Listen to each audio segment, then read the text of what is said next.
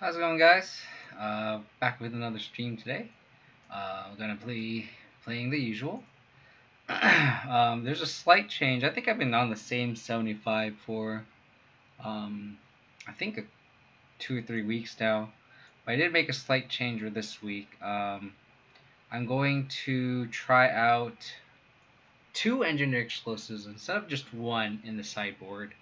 Um, I think I've been kind of not bringing in Plague Engineer as much as I would hope. Like, I think just across all my YouTube videos, I think I've really only boarded in Plague Engineer a handful of times. Um, which just kind of makes me double think, uh, rethink its worth in the sideboard. Um, Meanwhile, Engineer Explosives has been pretty clutch. And I think just the combination of engineered explosives with Lurrus is just so powerful. Just being able to re-buy just like a sweeper seems like more than enough reason to run two of these in the sideboard. I still kind of want the Plague Mans just to like run against like humans or Infect or something. Like I would still want these Plague Mans, but like the explosives just also just board or brought in against the same matchups. It just seems like a higher ceiling. I can also see even like three explosives if needed, but I think I'm gonna still keep the one. How's it going, Poisonly? Let's get some Chunk Arena. Yeah, let's do it.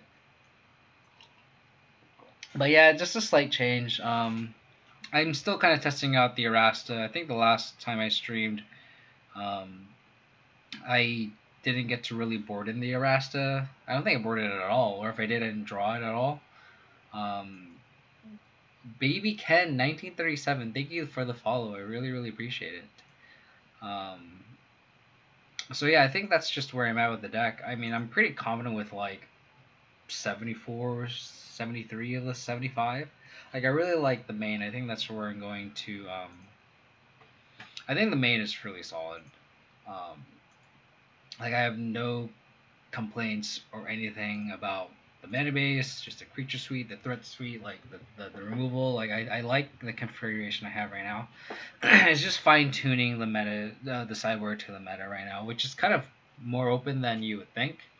Um, that being said, like against prowess, like uh, engineer explosives is just better than plague engineer. Like the best deck right now is, I would argue, an aggro deck, and we can't even board in our technically our sweeper against um, the best aggro deck, right? Oh boy, looks like we are up against Ad Nauseum as our round one opponent. Um, they bottomed the Scry, which is good news for us. So here we can do the little bobble trick.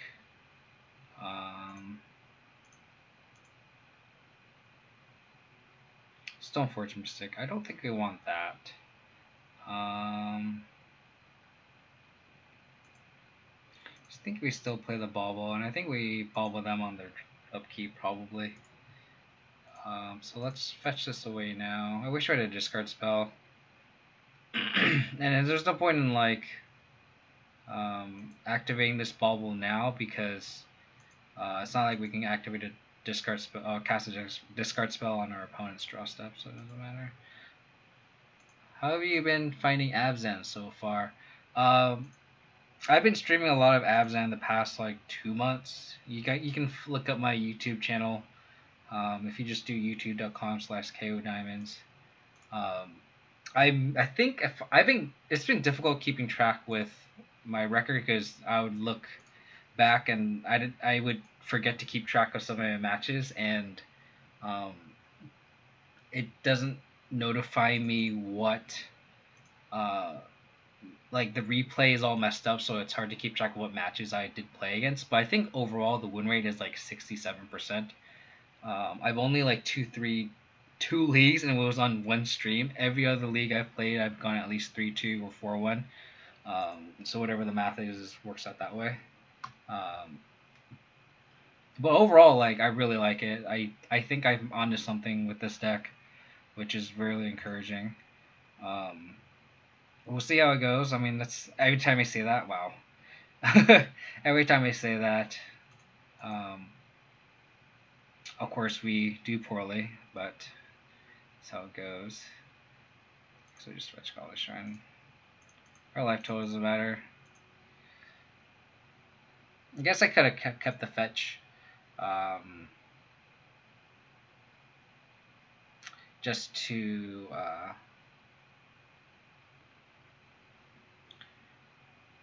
if I draw another bauble, that was probably better. I just like clicked the wrong land, just kind of playing too fast. But yeah, you can check out my old content with this deck. I think overall with the past 2 months, I think the majority of my deck hasn't changed too much. So it's not like I've drastically changed anything really. Tarmogoyf.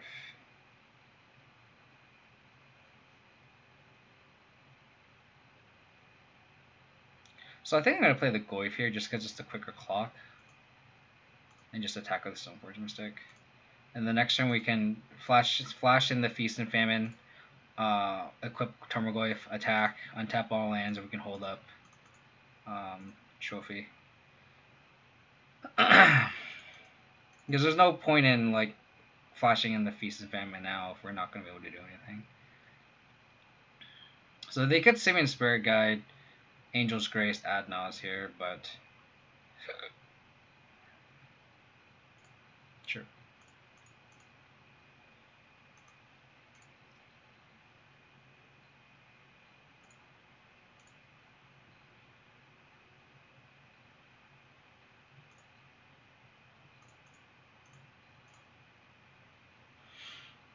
We're not applying too much pressure, which is unfortunate. We really needed a discard spell. I mean, holding up 2 trophies is still kind of nice. Just in case of, like, if they just go for the ad nauseum here. Like, they need double pact.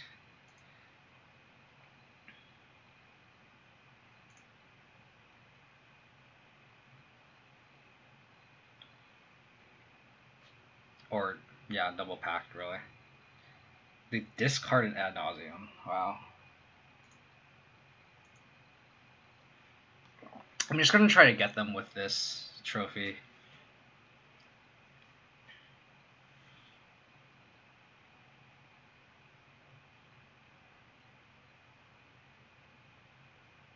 I think it's better to do this in response to ad nauseum versus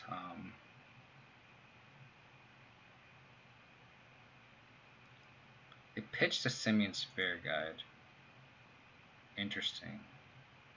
Okay. Yeah, if they have like Spell Pierce, then sure. Pact of Negation. Sure. Do they play around the second trophy?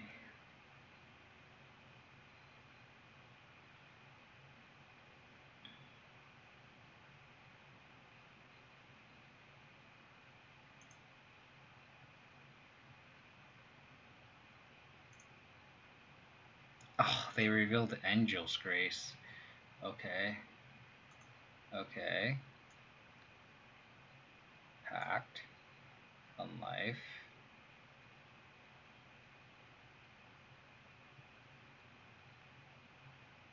I wonder if they stop here. I've been playing MG to have fun. I don't see how people have fun playing this Agnos Storm, stuff like that. I mean, people like combo decks, right? Like, I think that's the appeal about Magic too. Is you like there's a deck, there's a play style, and there's a deck for everyone, right? So, oh man, come on, reveal something. Are they trying to hit all lands here?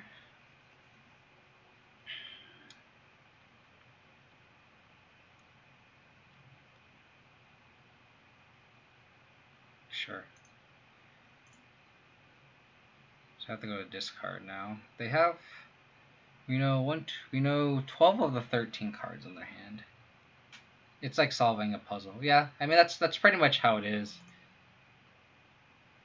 That's a good way to. That's a good analogy, really.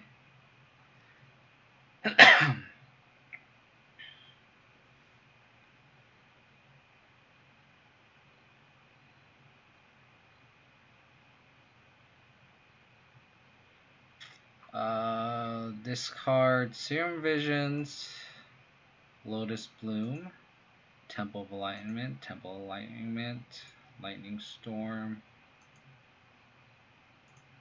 Lotus Bloom. So 1, 2, 3, 4, 5, 6, 7. So we're flooding super hard.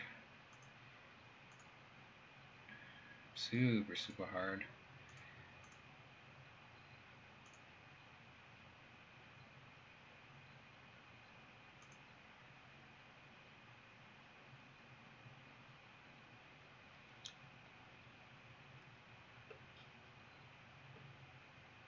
So I think they just win, which sucks.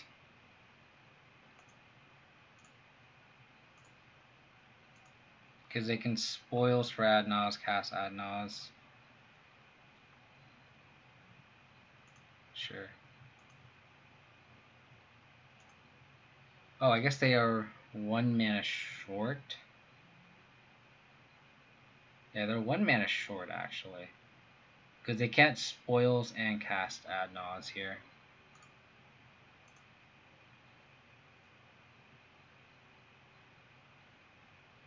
Oh, they just get Thassa's Oracle. Never mind. I'm dumb.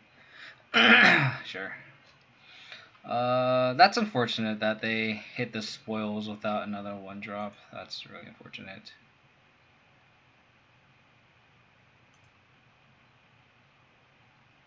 I think it depends. I mean, playing against combos is honestly fine. Like, it's not that big of a deal, to be honest. Probably the Pride Mage. Get the explosives too. It's one of those things where, like, it feels like it's like a lot of I win buttons, but like as a mid-range deck, it's pretty fun to kind of navigate. Thanks for the sub again, Roundsley. Really appreciate it. You are the man.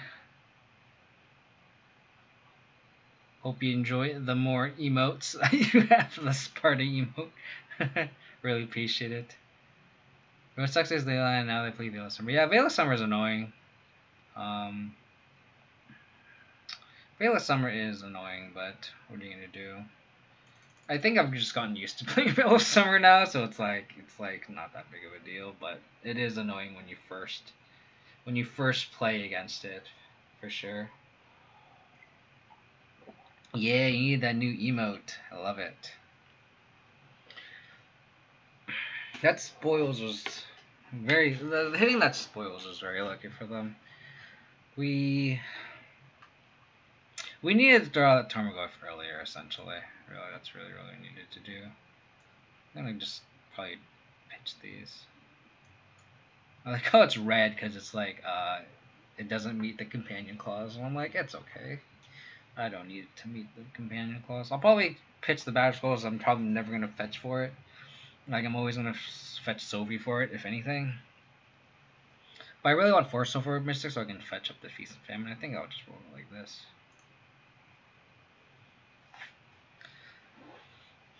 I think it's one of those things where I think it depends on. Hopefully they don't have a Leyline here. But playing against combo is fine. It's just a nice balance of I think maybe just because I play a discard deck, so it's like I feel like these combo decks are a good matchup for me. So maybe that's why I feel okay with it. Obviously, if you're playing against like an aggro deck and you attack on, they just cast 2 cards and win the game. I can see that being kind of unfun.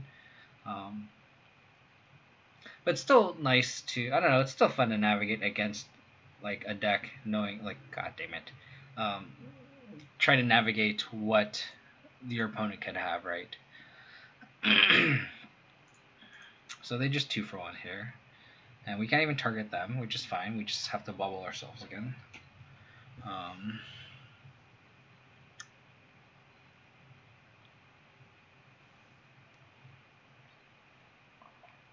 I could also Inquisition myself just to get a sorcery and give it to go Tormaglyph if they don't have a sorcery, if they don't cast a sleight of hand or anything, or same versions. What do I want? Probably like a Liliana is probably the best draw. Stoneforge Mystic. I think Stoneforge Mystic is fine. I'm still gonna play the Tormaglyph on turn 2, and then probably Stoneforge on 3. Just because we can get the clock.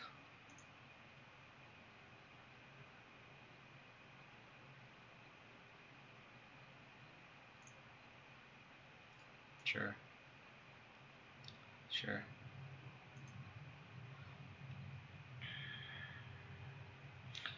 Another good job would be like just like Kasali Pride Mage just to like kill it, and we can just bombard him with discard spells. They bottom with their CM Vision, which is good for us.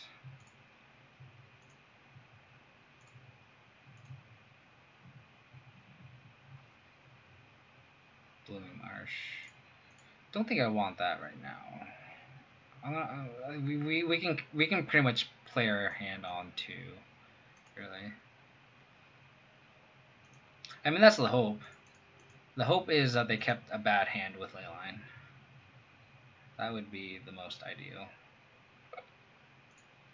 Yeah, we don't need that Blooming Marsh. We just draw another one. That's fine.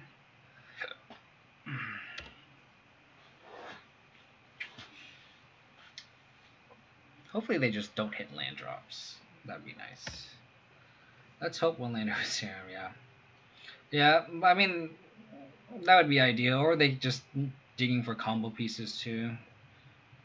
Them having Lotus Bloom is nice. That means our clock is super slow.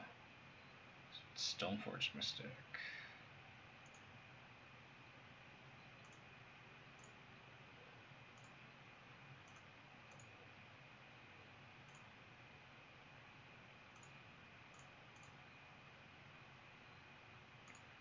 The cool thing here is we can... The Sword and Feast and Famine trigger from next turn will be really nice, because then we can get the other sword and equip to following turn.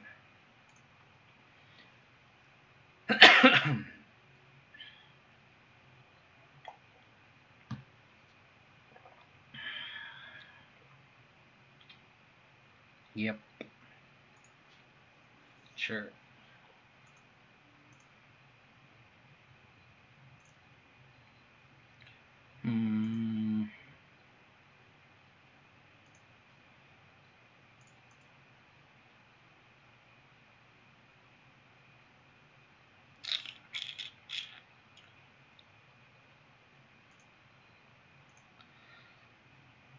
Trying to figure out...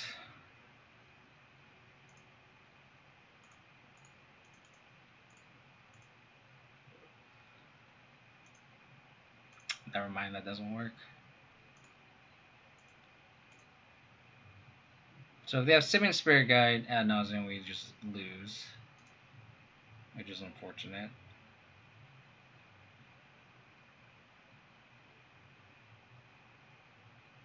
They pitched a Simian Spirit Guide. That's not good news for us.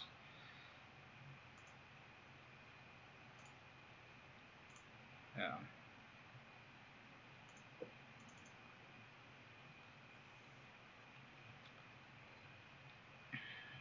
Hopefully they just don't have literal Outlaws in hand. That's our only hope. But they have 4 cards. Hopefully they've just been drawing ley lines. Thoughts on Sword of Feast of Famine over Bastion empty their hand or too slow? I would always get for Sword of Feast of Famine in this matchup. Always. Like, the Batter Skull doesn't really do anything. I think you always get the Feast and Famine over Batter Skull.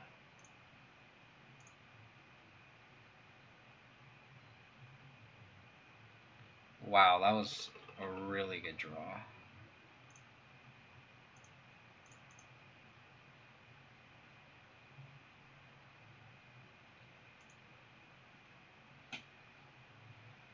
I think it depends, right? There's always context. Like, there's never rules. I feel like following rules like that is just super dangerous.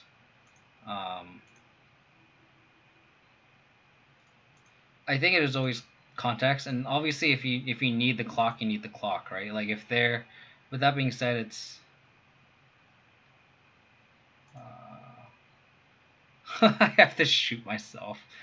That's so funny. But like, I'm sure there's a world where you would want to fetch Batterskull over Sword and Feast of Famine. Um,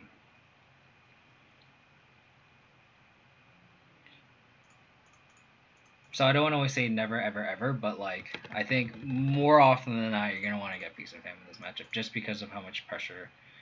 Gosh darn it. You need the discard pressure. Like that's the key to this matchup, and that's why this is technically a bad matchup for Ad Nauseam, and that's why they board in stuff like Lane Sanctity, right? So.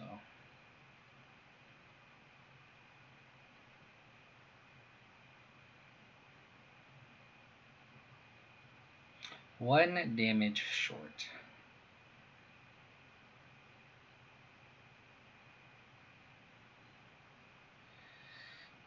How's it going, Connor, man? Hope you're doing good.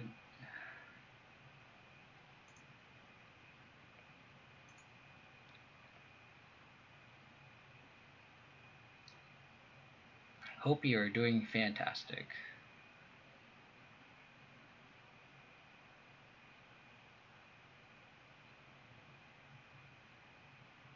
I wonder if I should just pop this now.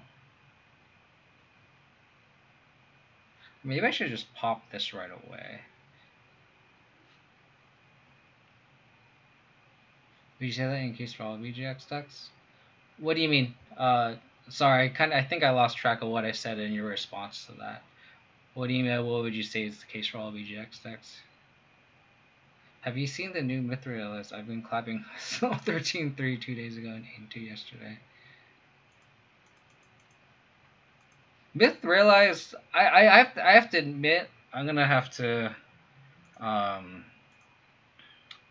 speak the truth that I think I have like an 0 and like 5 win rate against Mithril decks because they just shit on VGX decks, which is super funny.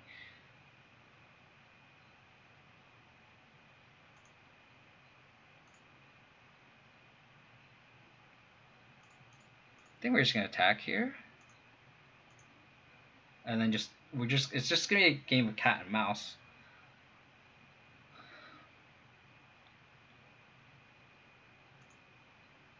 Okay.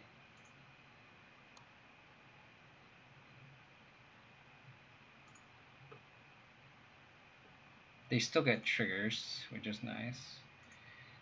I'm gonna just shock myself again. I could also just shock Tarmogoyf. I guess that would be better.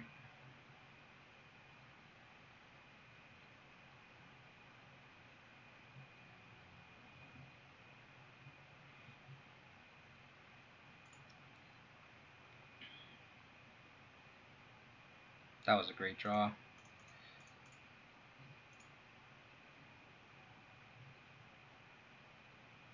I'm quite discard versus XR. I'm quite new to modern and have been playing.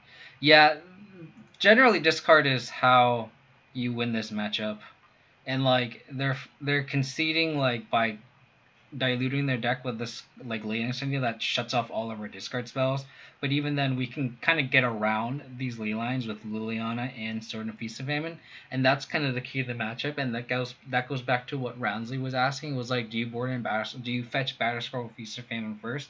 And it's not. I don't want to say you always fetch Feast and Famine first, but that's what I personally always go in this matchup, just because of the fact that this is how you pressure them. Because like they're a 2-card combo deck, and if you get them hellbent, they literally cannot win. Unless they have a Phyrexian on life in play, then they just literally need to draw Adnaz on the top. So if you can get them to the point where you pressure their mana because they need a total of 5 mana to cast Adnaz, or 6 mana if they want to go Angel's Grace plus Adnaz, or 5 mana if they have a on life in play, or if they have a Simian Spirit Guide in hand, but even then that also pressures them too. So we can actually pressure them in these axes where we pressure them full mana mage and discard them, and that's how we can kind of win this match. And I think that's why I think BGX is considered favorite in this matchup. But I think Leyline changes a lot of things, where if they keep a great hand, a great 7 with a Leyline, then we are just unfavored. Because we can't interact with them, and they can just combo off pretty quickly with like a Lotus Bloom. That being said, yes, discard is TLDR. Discard is the key to the matchup. Especially Jund too, because Jund is a little bit more aggressive than than our deck, and if they leyline Jund, that doesn't necessarily mean it's game over. You have a bunch of hasty threats, and that's how you can kind of get under them too. You can try to erase them if they don't have a Lotus Bloom and a Quick Clock themselves. Excuse me. Yeah, the deck goes Mega Pass and Ball with Trigger Prowess and Tracker. Okay, plays great against Thoughtseize. Had a triple bobble hand and he sees me and saw 2 lands. I drew a gas 8 rack against Ad. Now the exact same issue same with this deck. Yeah, 8 rack is just I feel like 8 rack is like unwinnable for Ad nauseum. I feel like does the Myth Realize list also have what's the card Lurrus in it? It has to be, right? I feel like all these decks are running Bubble, and they're like some run Lurrus and some don't, and I'm like, why? Opponent kept the 6 with the leyline. He could, so there's a lot of arguments for against mulliganing this hand. I can see mulliganing it just to try to get a discard spell on the top. That being said, I'd rather just keep this hand with the Liliana and go turn 2 Tarmogoyf, turn 3 Liliana Veil. I'm just gonna fetch a response in F6. Get a Triome.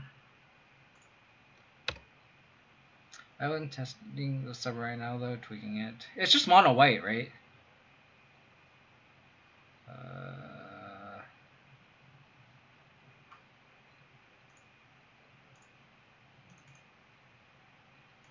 If this was a Thoughtseize, it would be a lot better.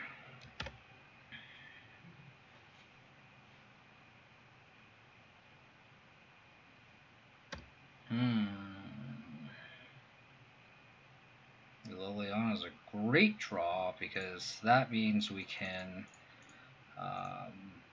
discard this Liliana and for sure Gorgoyf. If they pitch a land, it sucks, but at least we have the biggest clock this way. Spoils.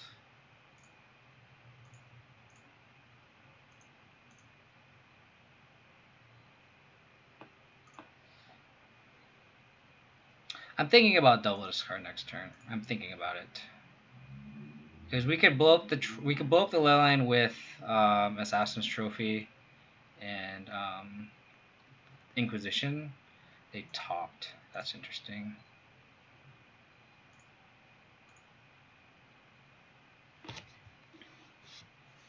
I kind of want to just hold up Trophy. They topped with the land. I don't want to give them the land either. I kind of don't want to trophy the leyline just because of the fact that if we trophy the leyline, it gives them another land too, and then they could theoretically draw Angel's Grace into Ad Nauseam. Let's discard the Liliana first. I don't mind Liliana to discard again next turn. Again. I should have kept the Lilia cast again this turn. I think that's true. I think you're correct. I think you're correct there. I shouldn't have pitched the Liliana. I think I was so hellbent on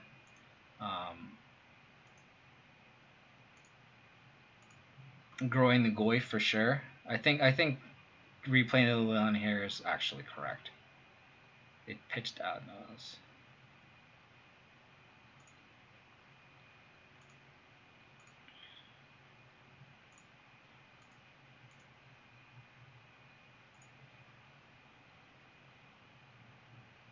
So they literally need to go Simian Spirit Guide, land, Simian Spirit Guide, land, Ad Nauseam, Angel's Grace. So like I think we have them in a bind here. I'm gonna fetch first. I think we have them in the squeeze.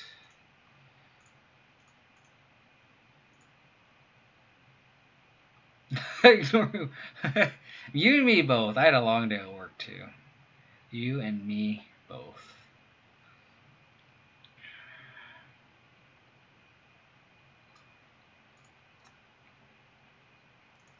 Yes, I would like a Sword of Feast and Famine.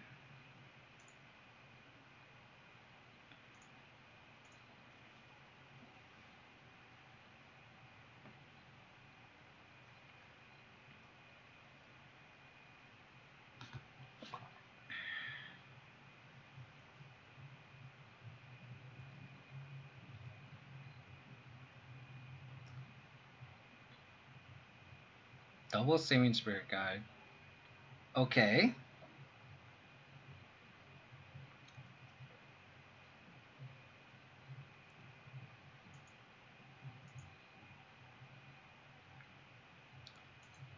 Interesting that they did both.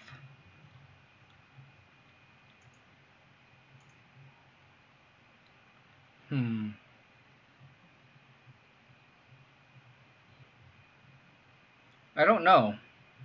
I don't know why they're doing this.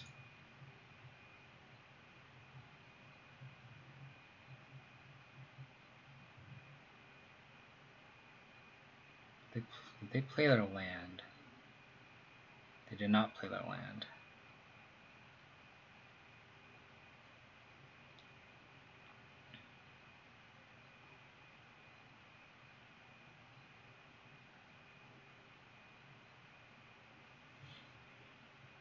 That one.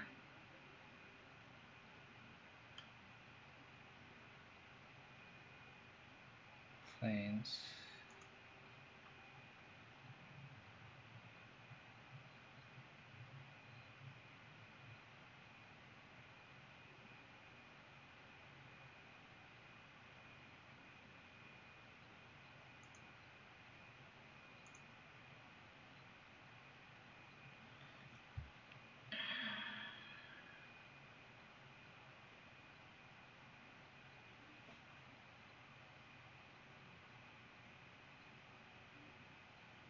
No, they're not going to play Trophy. Or they're not going to play Prism. I'm trying to figure out if I want to Trophy this Leyline right now.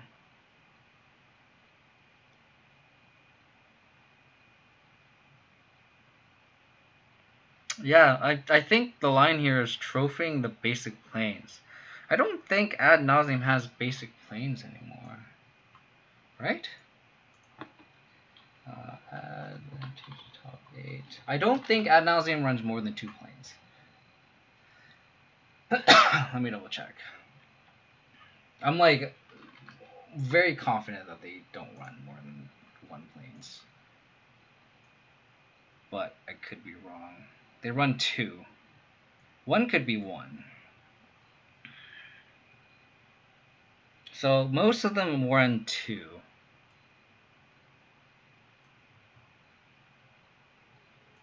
Most of them do run 2.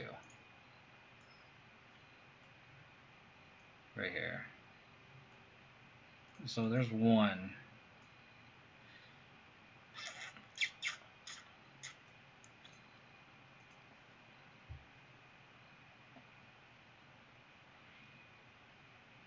What other basics do we have? Do they have?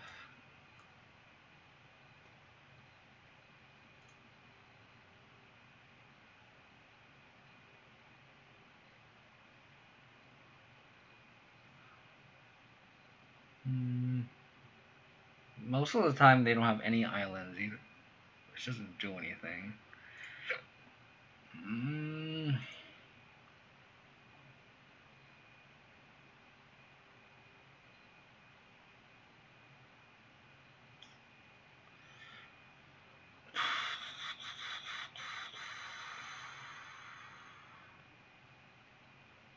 They have double spoils too.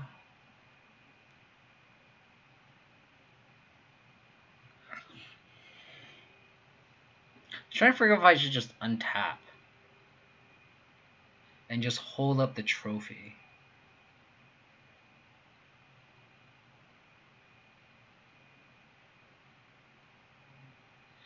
I could destroy Leyline and take Thassa's Oracle. Yeah, because they already spent 2 mana, 2 Spirit Guides. But I think they run 2 Oracles though. This is a tough turn.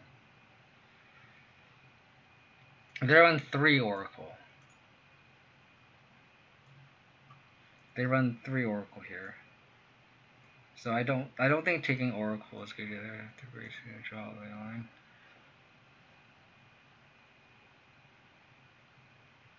They do. So they need to. So they spend an Angel's Grace, right? They pretty much need They could spoils from another Angel's Grace, but then they lose. So they literally need to draw Angel's Grace. So I think I just don't want to trophy anything and just skimp them on their mana, if anything. The other line here is we could also trophy a black source, because I don't think they run basic swamp. I could be wrong here. Yeah, they don't have any swamp. Oh, but they have Gemstone Mine and City Ras. So they have Gemstone Mine, never mind. That doesn't do anything. I think I just pass. I think I just pass. I don't want to give them the land. They're kind of stuck on mana right now. If I draw another discard spell, that's not another discard spell. They discarded Pentat Prism, Veil of Summer, Temple of Deceit, Leyline of Sanctity. So they have 1, 2, 3, 4, 5, 6. Oh, what am I doing here? 1, 2, 3, 4, 5, 6, 7. What am I missing?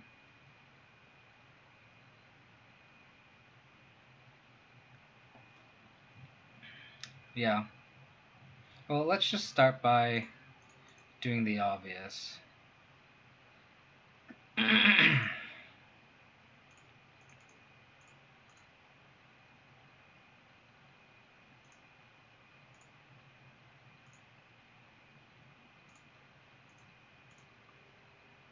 Dang, we've just been 1 damage short the entire game, huh?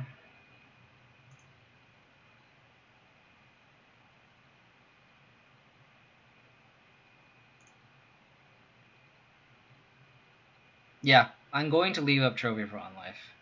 But I don't think it matters, because like if they tap out for Unlife... Oh, I guess they do. If they tap out for Unlife, then we're fine.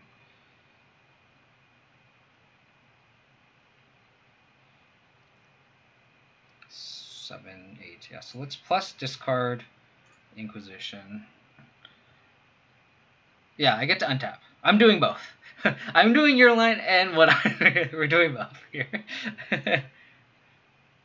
let's do that. Oh, slow. Okay. What am I missing here? Discard spoils.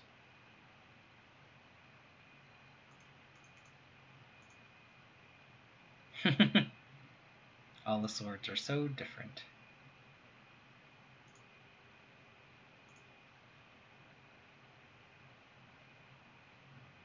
Yeah, so they're just stuck on Manny here because they need to go spoils for Angel's Grace. GTL Starburst, thank you for the follow. I really, really appreciate it.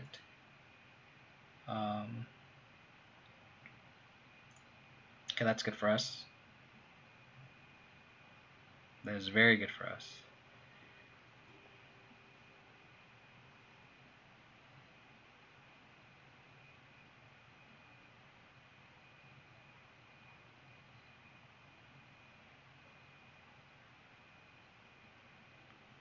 I could do that too.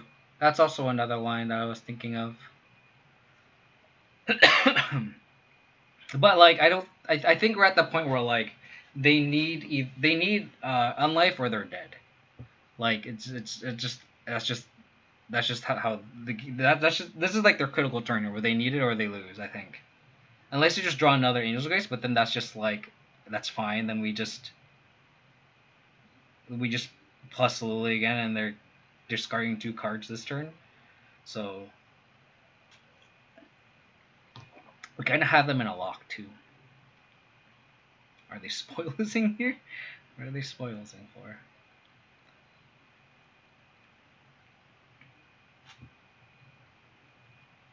I mean, them leading with Sleight of Hand is just so good for us. Okay, so if they're not casting an Angel's Grace in response, that's so weird.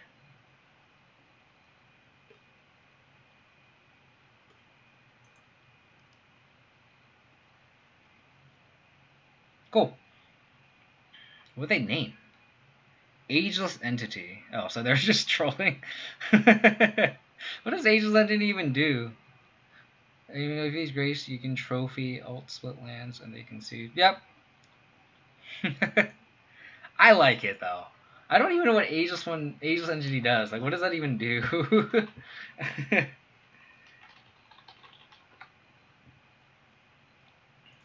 Spoils of the Vault. Oh, I don't have the bot activated. Spoils of the Vault. You name a card and then you reveal the top card until you reveal that card, and then you lose 1 life for each of the exiled cards. So if you have an Unlife in play or an Angel's Grace, you can Spoils for a Thassa's Oracle, and then just Thassa's Oracle win the game. Or sorry, if you have Thassa's Oracle in hand, you can Spoils for a card you don't have and cast Thassa's Oracle, and then you win the game there. So like Thassa's Oracle just gives you another avenue where Spoils of the Vault was kind of taboo in Ad Nauseam, where people either love Spoils of the Vault or hated Spoils of the Vault.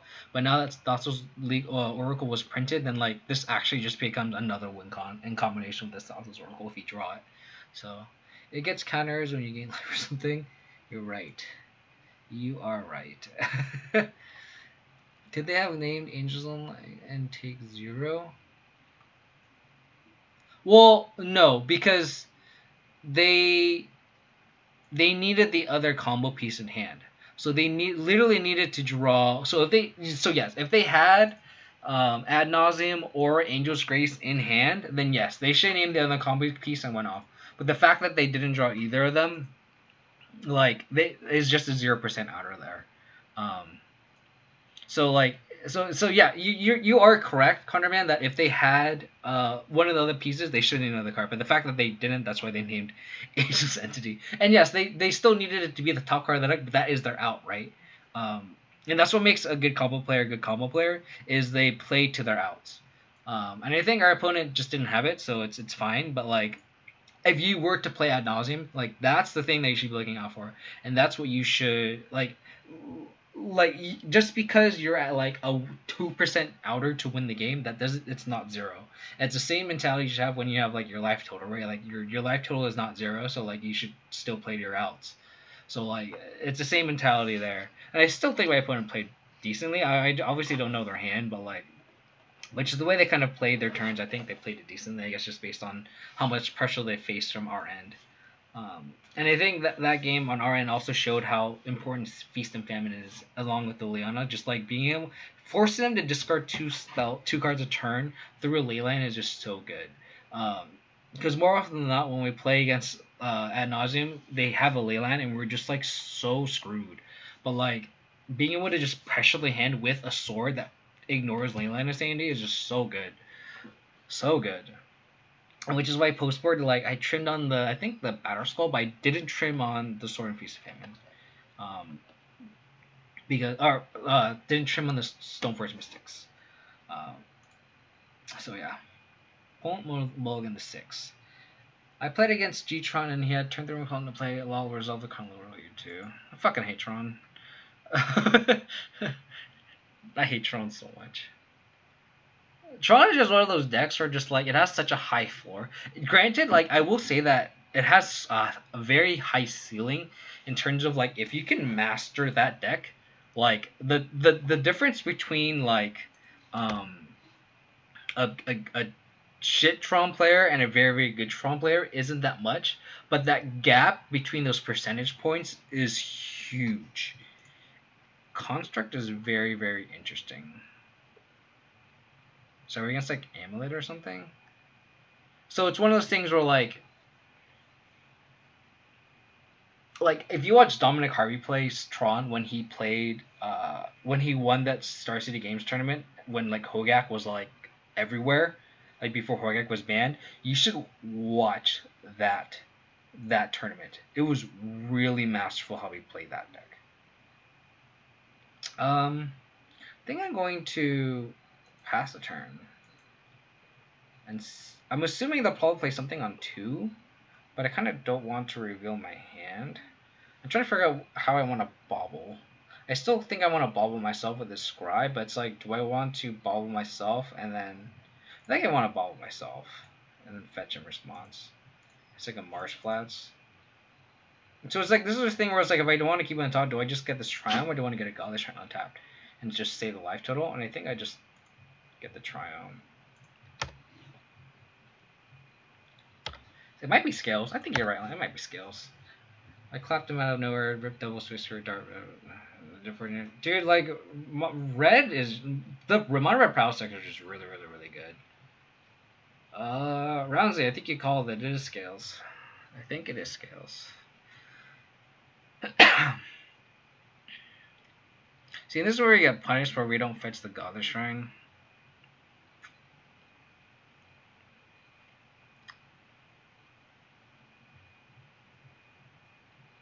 Because I wanted to fetch the land away. Yeah, I could have waited on the fetch. But I wanted to fetch shuffle it away.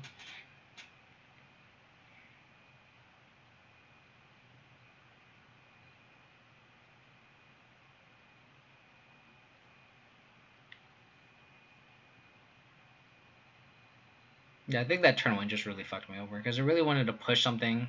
I could have either pushed the Metallic Merc or the Hammerback Walker and then just probably play Stoneforge Mystic. I think I still do play Stoneforge Mystic here. Yeah, I could have bobbled on upkeep. You're right.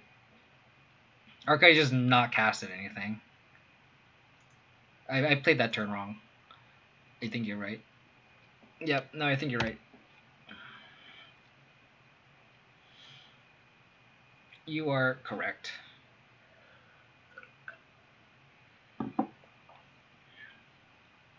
Scales makes me want that second play, man. Oh.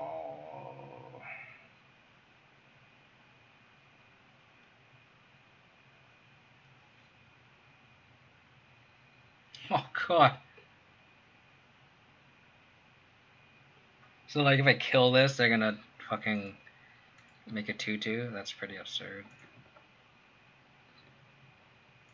Yeah. You got it.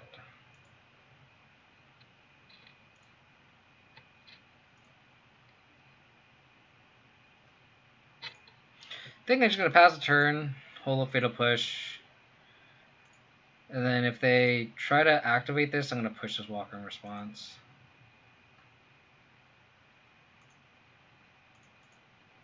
They got a Thopter out of it, but we can play Batter Skull and then hope to gain a bunch of life with this Batter Skull. Hopefully we draw another land. An untapped land means we can fetch a Batter Skull and then equip a land to it. Hopefully they just flood here. I punted. Okay, that's good. Punted my missing Leo last night. Missed 5 champion. Yeah, I think Magic's just a hard game, right? Like, you're just gonna miss lethal in so many cases. It's so hard. Magic's a very difficult game. What are you gonna do? Sure. Just pass the turn. Opponent probably has nothing. They could have Dismember.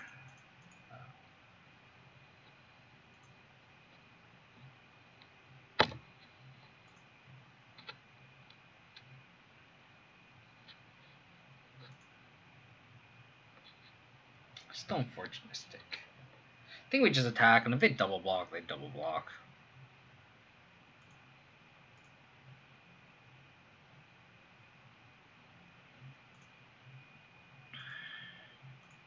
Crash through before activating the fire, so I don't have to. No! That's awful. That's so bad. I'm so sorry. Sure, they can sack this and gain a life. That's fine. I don't care. So they have a Ravager. 1, 2, 3, 4, 5. So they can't kill us with Ravager yet. So let's put this Tarmogoyf in the Sex Drinker. Just overload the battlefield. Hopefully they flood again. Hopefully they just have nothing. Attack with this Ink Moth. Just do it. Another Ink Moth. I was actually thinking the other day, I was just like, what happened to Affinity and Infect, right? Like, that's just, like, where did that deck go? So funny. I mean, honestly, we spend a turn just like blocking our Battle Skull and then gaining a life. It's like, sure. It's just like less food for Ravager to grow the Ink Moth. Thoughtseize.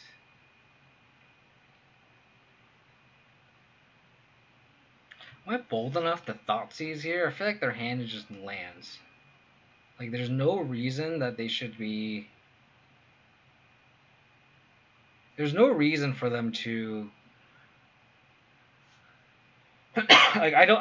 I'm reading them on just lands in hand, because like they literally just played a land the previous turn, and then like activated Ink Moth and sacked a dude to gain a life, and then this turn they just did the same thing where they play land, activate Ink Moth, and attack. They would have casted anything in their hand if they did, unless it's like a dismember or something. So I think I'm just gonna level this Hex Drinker and then just attack out, swing all out, and then next turn I can hold up Trophy.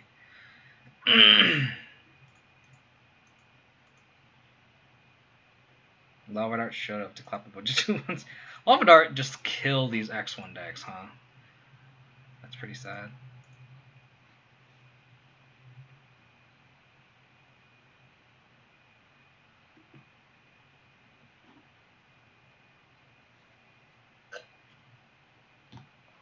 I'm trying to kill them ASAP.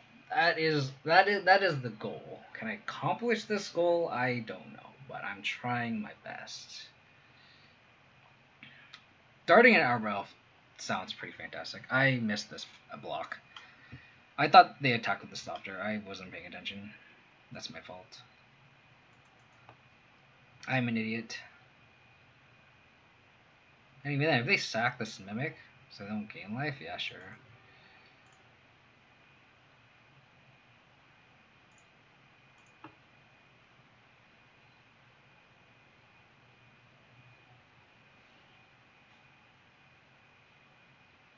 I for some reason my eyes were playing tricks on me. I thought they attacked with this.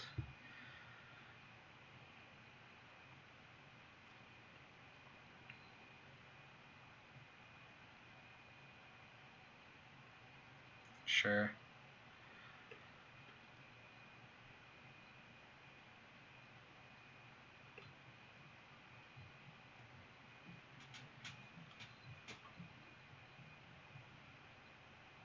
They could. You're not wrong. I'm still like banging that their last card is a land. It is definitely like it does require them to have Ravager. But like if I trophy the Scrapyard Scrounger, like they would go.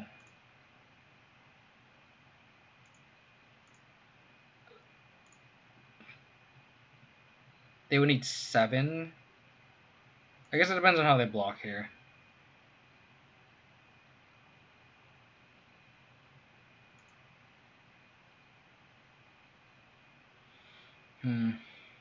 I think holding up the trophy is still good. I'm going to trophy this, I think for sure. So let's attack like this.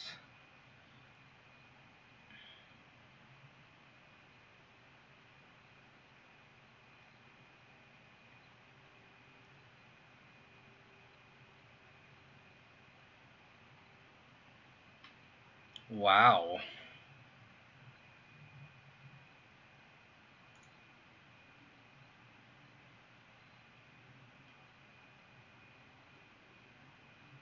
Sure.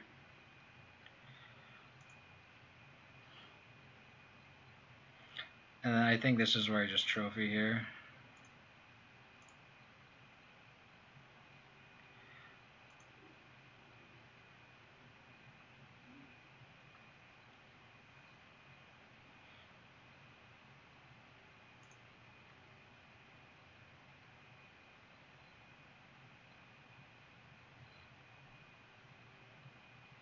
I think I still I think I still Thoughtseize.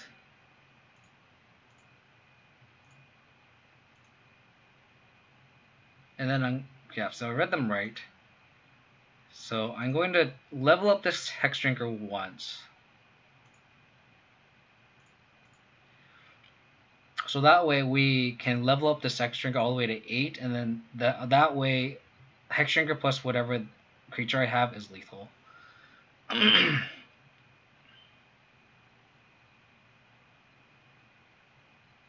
He already targeted it though. Oh no, you're right. You're right. You are right.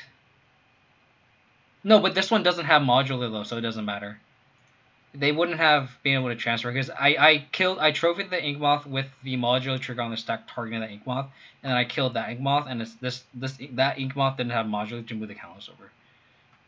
So they somehow need to make this ink moth into a 7/7.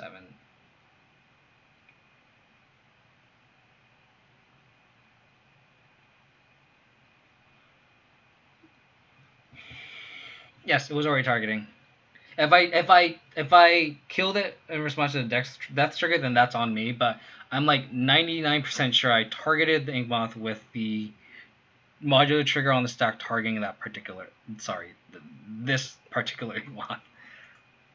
So fortunately we won, even though my bauble shenanigans screwed me over. So just wearing these sweepers.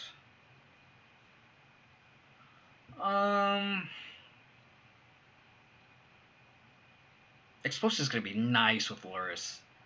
I really hope I can just buy back explosives with Lurrus. That'd be so sweet. That's my goal here in this matchup.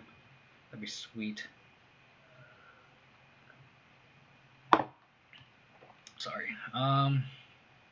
Veils are kind of bad here. So like the bad cards in this matchup are the Veils, the Scoozes, and the Thoughtseizes.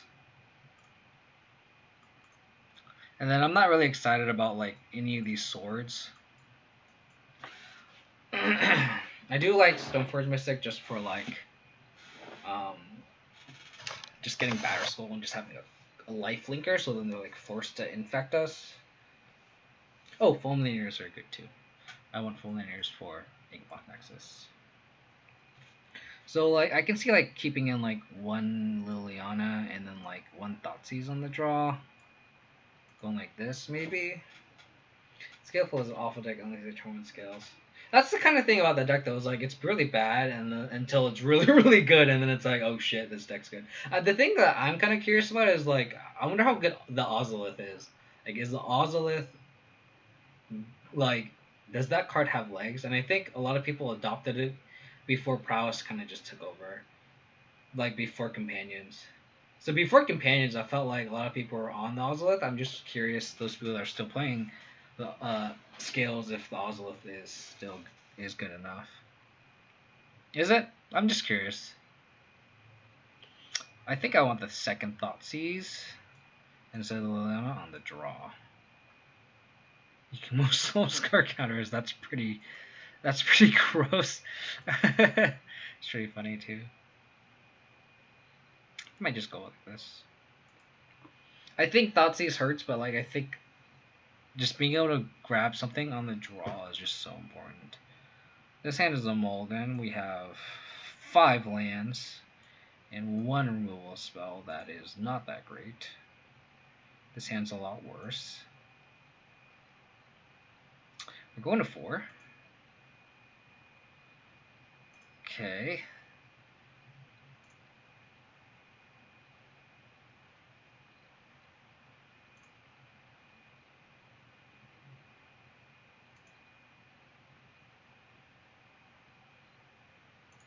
I don't think we want the explosives. So maybe we just bottom this.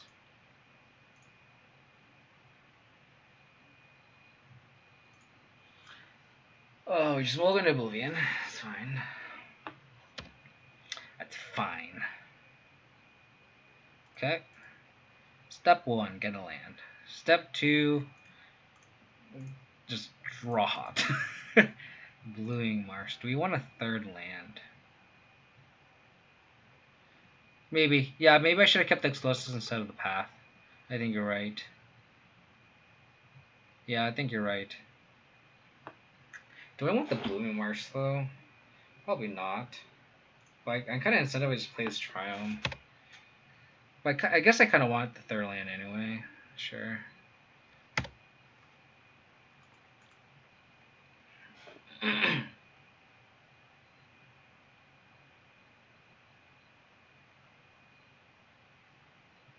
Yeah, keeping the path is pretty bad in the face of an animation manual.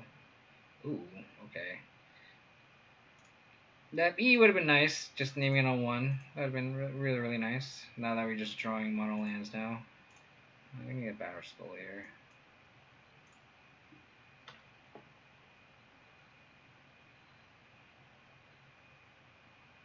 But even then, like the E would have been kind of slow.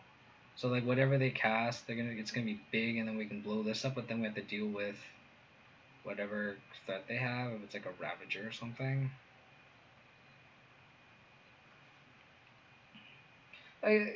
Yeah. E was definitely the correct keep on the mulligan. E is now definitely the correct take on that mulligan. Draw the second E. Huh.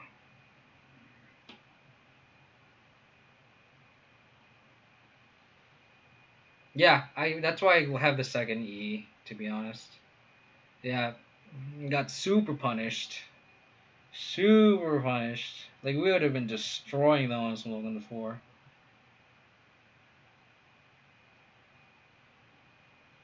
I'm kind of trying to figure out if I should just fulminate their Inkmoth nexus.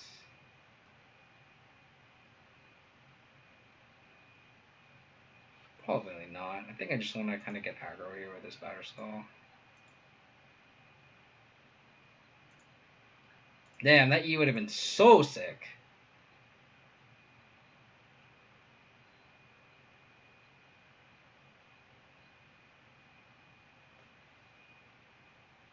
Yeah, that's what I'm doing. The good old chat delay.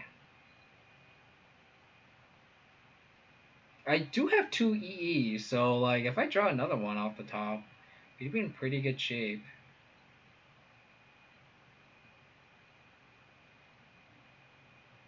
And they just went like turn one. Oh, okay.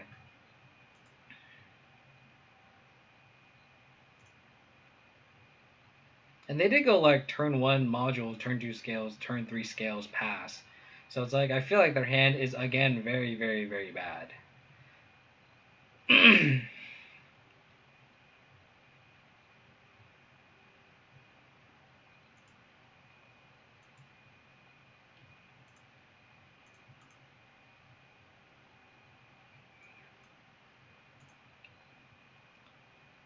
Oh fuck! I messed up. I fucking fetched the wrong land. Oh my god. I mean, it shouldn't matter too much, but that's very annoying. Because we're just gonna just path them now.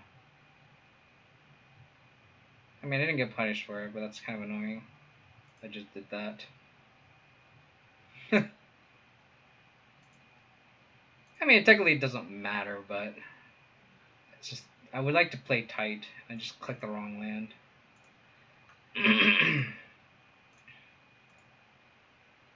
Luckily, no Ravager. They didn't create a 1. Oh, so they're holding up Veil of Summer. They didn't make a 1/1 with this animation module. They 100% have Veil of Summer. 100%. Like, not even funny. They totally have Veil of Summer here. Yeah.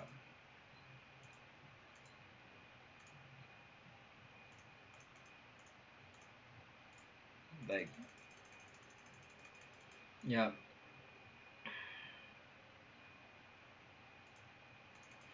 So hopefully their hand is just 3 Veil of Summers.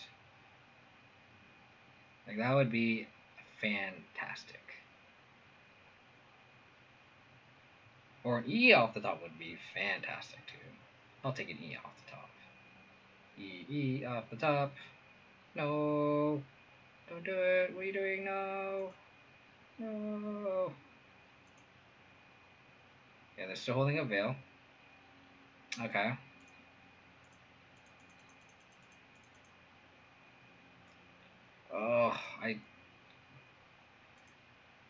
Oh, Liliana would actually be very, very good here.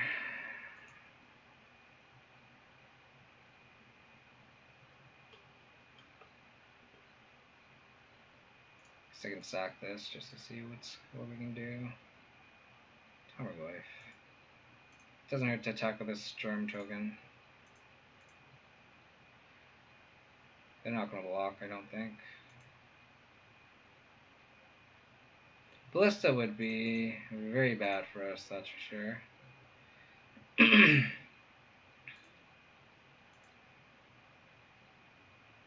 So now they can sack the module, get Ravager.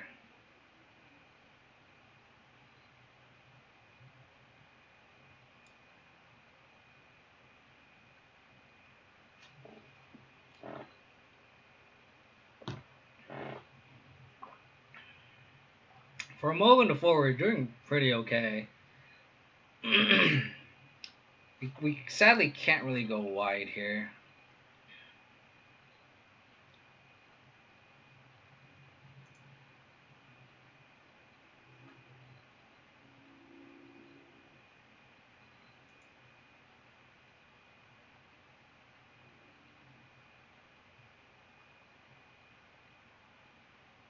Still holding a veil. That's unfortunate.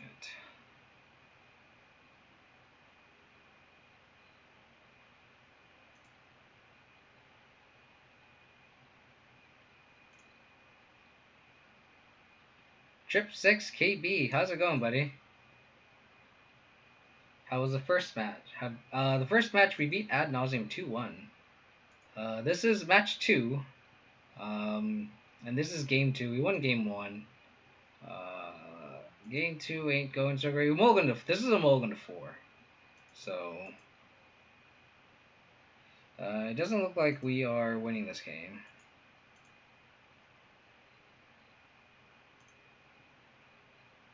And they have a very obvious Veil of Summer in hand. And we can't really play around it. Like, we kind of need to draw, like, a Fatal Push. I only have one path in the deck, so we're kind of dead on the water here. I honestly think we are just dead. Like, I don't think we can win this match. Unless we draw super hot, we go, like, EE until, like, Lurrus bring back EE. That's our line here, but even then, we still have to answer this guy. And they can just make, they're just going to go off with Veil of Backup. So they aren't drawing this Pendle even. That's an interesting draw. That doesn't do anything, though.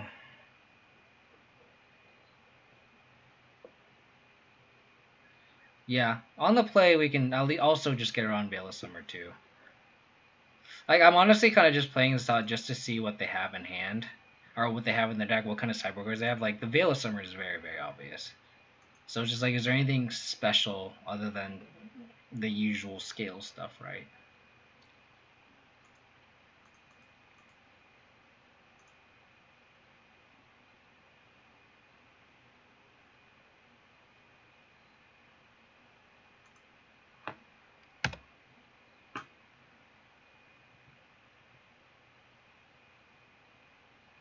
I mean, this is my Veil check here.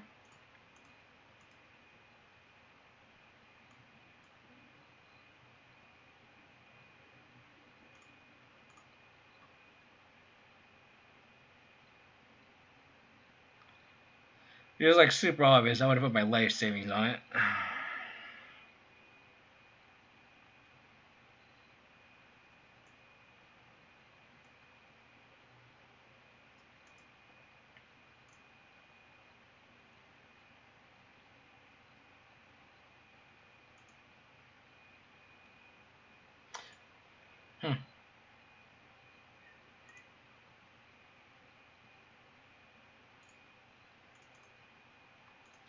I mean, that was such a good. That's such an obvious read, though. It has to be.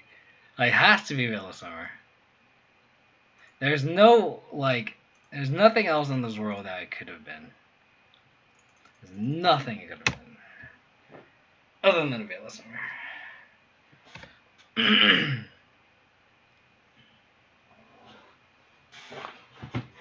I lost to E-Tron on Greentron once.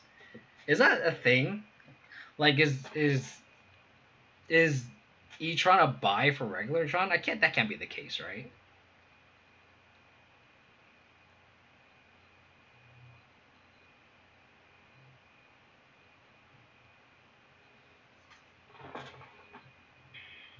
Really?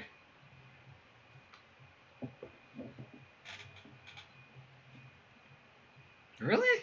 I wouldn't have. I never would have guessed that.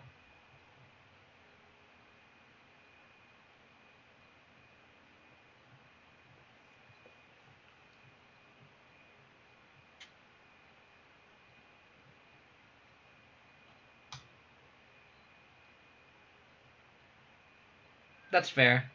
You do just go bigger. I mean, I guess E-tron is very mid-rangey still. Is it? I don't know. I wouldn't think it'd be not close. I don't. I feel like I wouldn't use that terminology for it. Maybe I obviously never played the deck, so I obviously have no idea. But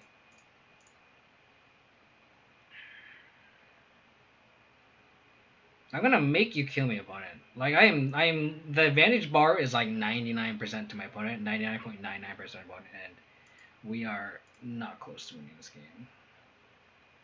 But I'm gonna make you kill me, opponent.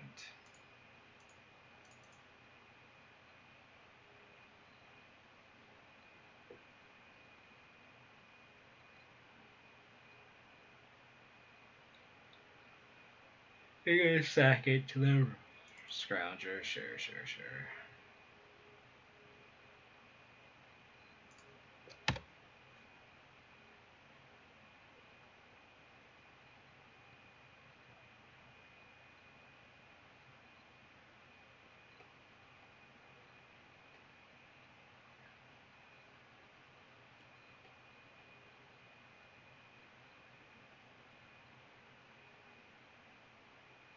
Yeah.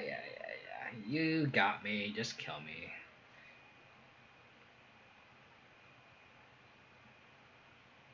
9+8. Yeah, they just got it. Gonna make him do it. I wish I could pro everything. They have a ballista to kill me in response, so like there's no way that's happening. Yeah. This is GG. I'm just making my opponent do it.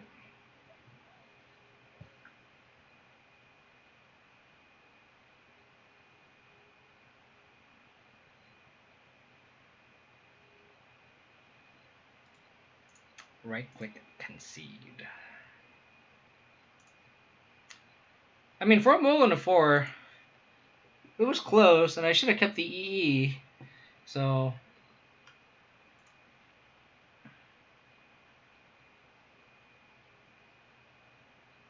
sounds pretty bad.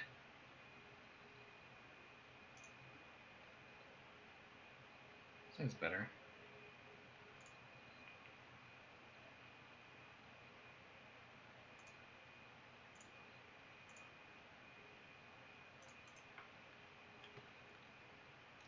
They kept 7.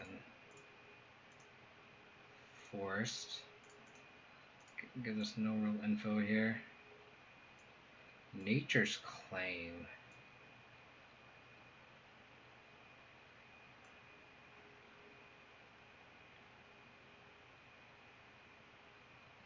I think we just take the scales here. I could see an argument for taking the Ravager and then like leaving with Ballista plus scales, but like I think I think I take the scales here because this card turns every top deck live versus the other way around. It's cool Ravager too. Pretty sweet. We need to draw more removal though. That would be much appreciated. Yeah, exactly. But we need better top decks ourselves. That's the problem. That is not a better top deck.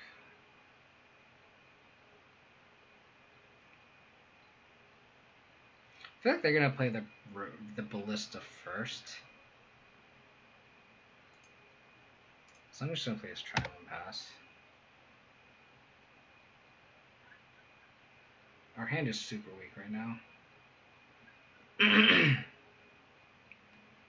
We get a Plague Man off the top, that'd be really nice. I guess with this line we're reborn, it's not that nice. Okay, Fatal Push is good. I mean, we're just gonna be in hard cast Batterskull mode, I guess. I wonder why they boarded in Nature's Claim. I guess it is for Batterskull, huh? So, you can see that. Thrown to Gaff. Interesting. So they're just setting up, which is very scary. Okay, just drawing removal. Removal is good.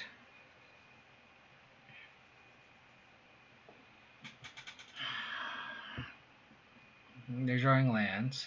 So we know every card in their hand right now.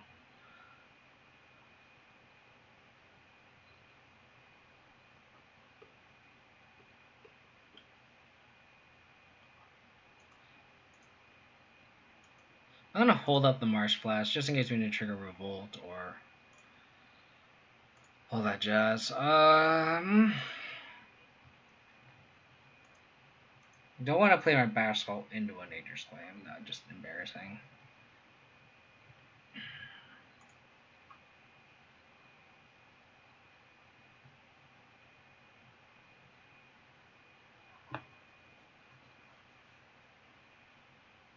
Sure.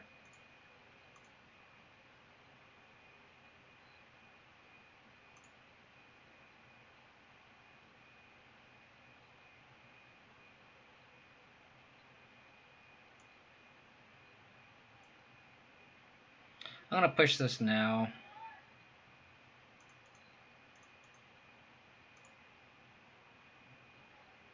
I guess I should have pathed this first. But I kind of want to save the path. So, sure.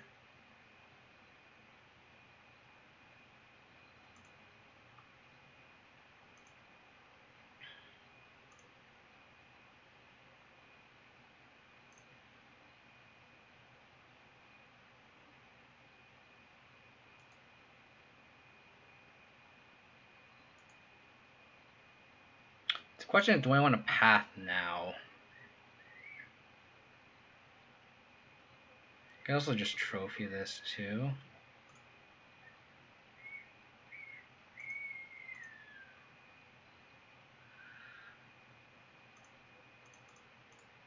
I think it's trophy. I probably should just trophy the...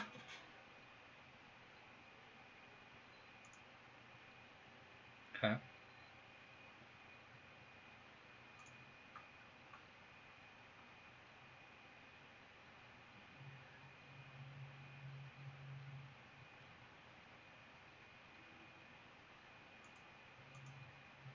I feel like I wait on this.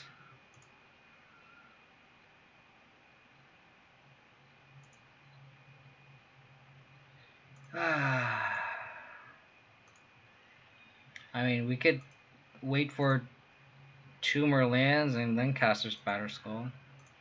I wouldn't path now. Okay, can't play around Veil. So we still don't dismember Nature's Claim.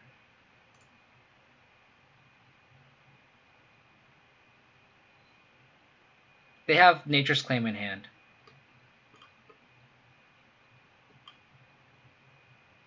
I'm not gonna just throw my Batterskull out there.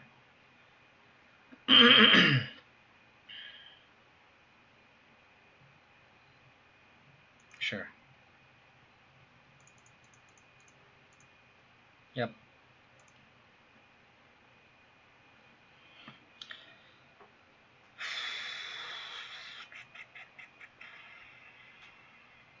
I think I'm gonna fetch one of these at the end of the turn.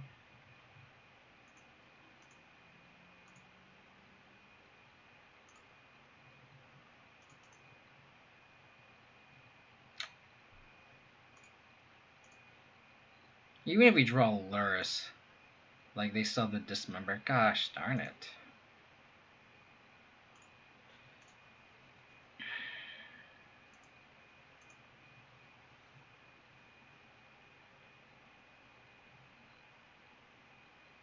Maybe.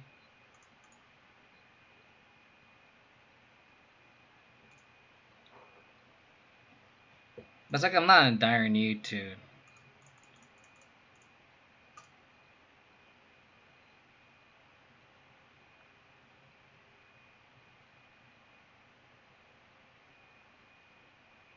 What is this?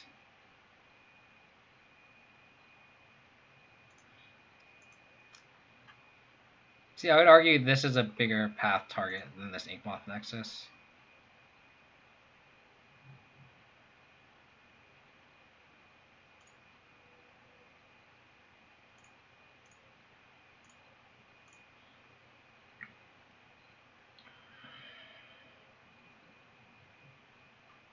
Oh, that proliferate. I'm so dumb. Yeah, I'm so dumb.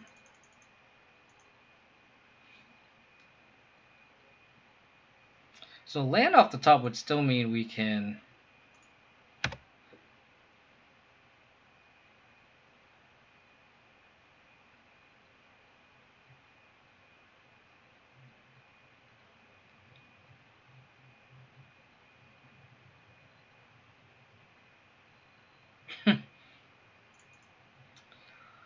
Oh, we are not drawing well either. Even I'm like not playing great, but that's still not helping. Okay. Don't like it. 2 fresh redraws. Let's go. Let's go. Okay. That was not good.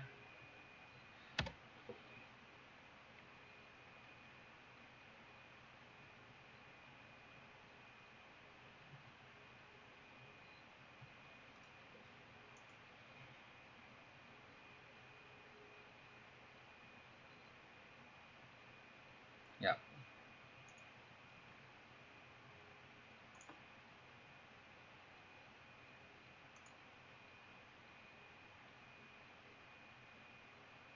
So if they draw another land, they could theoretically...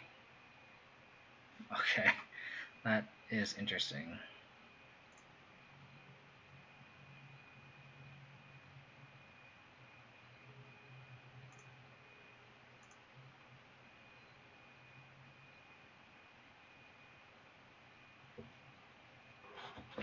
I wonder if I should crack this clearing, though.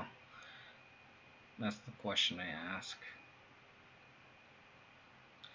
If I'm going to pop this E, I should pop this now, so I don't have mana to throw this Ballista. So we'll probably... They could also just pump this, but they'll probably just make this bigger. I think I just like popping it now. And then if they animate the Inkmoth, then I could probably crack the clearing. Crack the clearing. So we're going to go to 5. Yeah.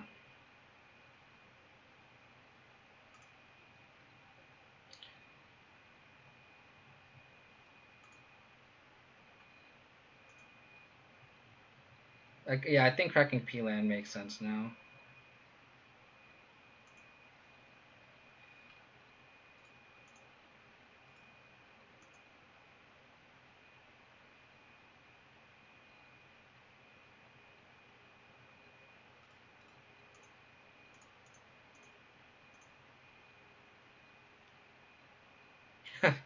Okay.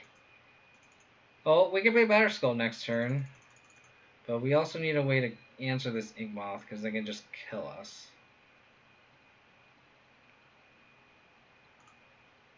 Okay. Yeah. They are low on time, which is why I kind of played out game 2. They're not attacking with this Inkmoth. Oh, they are. Okay.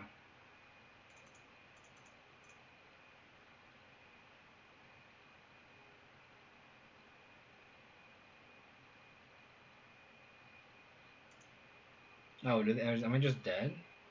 No, right? No. 8. So I am not dead. I do have a redraw, though.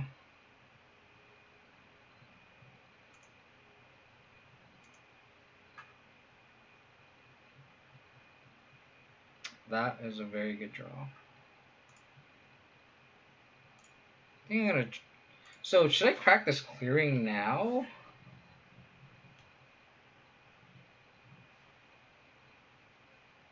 I am going to trophy now. Don't worry. I will trophy now because I don't want them to draw into Veil of Summer. The question is, do I want to crack this Peatland? I think the answer is yes. If I draw like a Stoneforge Mystic or something, yeah, or Tarmogoyf.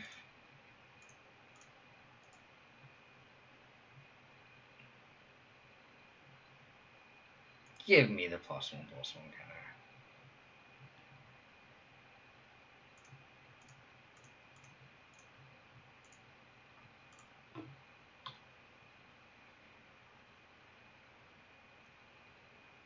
Oh no! Darn. Darn. They had the Veil as our last card. So we had no outs anyway. That's unfortunate.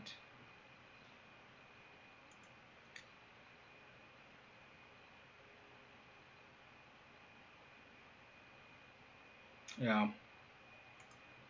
That I needed to do. Darn.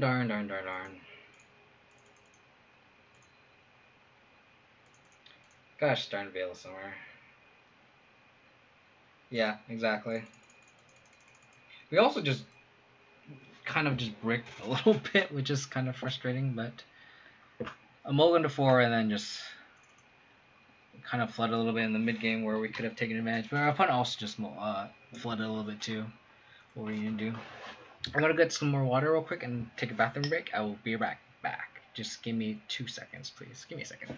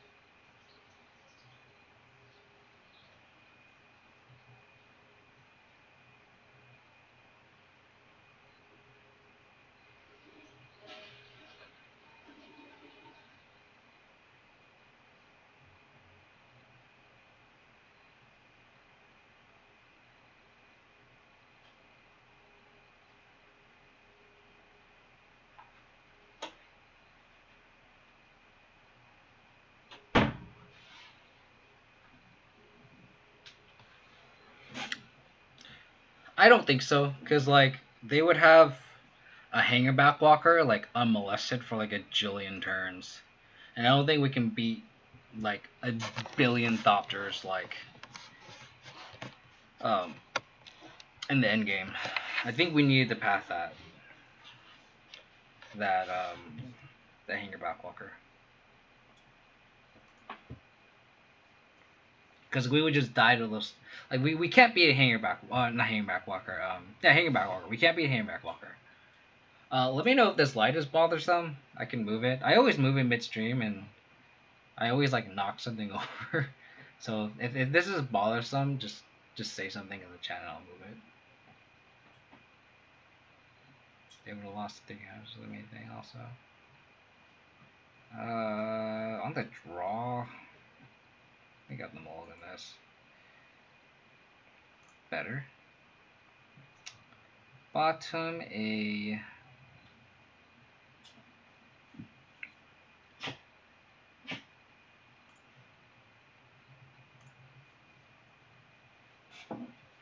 I'll just move it.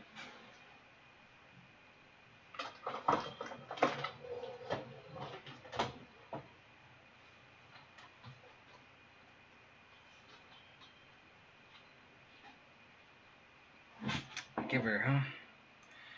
Pretty bad against a hand with no removal spells, and for us, we need a push or discard. I'm assuming this is like Devoted Company.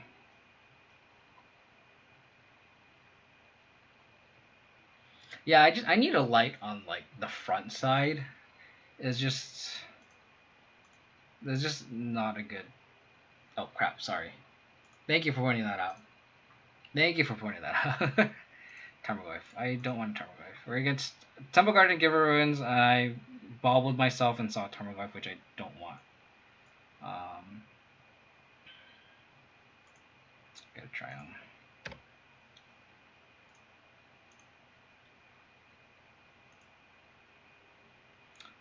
Didn't want the land either.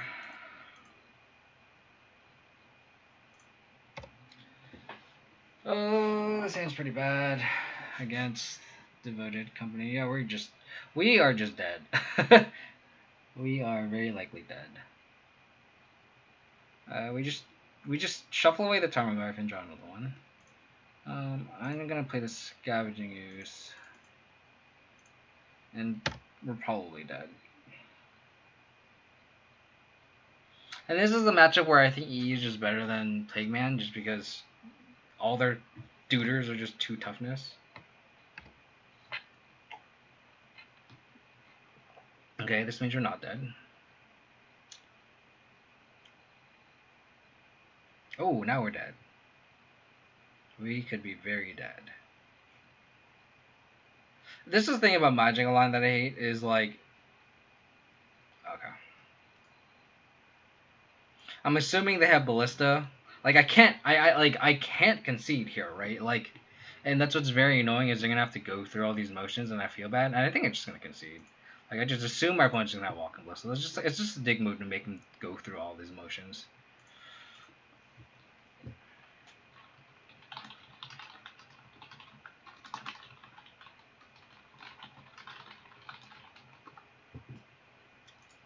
Like we're like a minute into the match, like our opponent is not going to time out. Like that's just not happening. Teak seems gas. So Devoted. Ashok seems really good in this matchup. What is the text on Finale?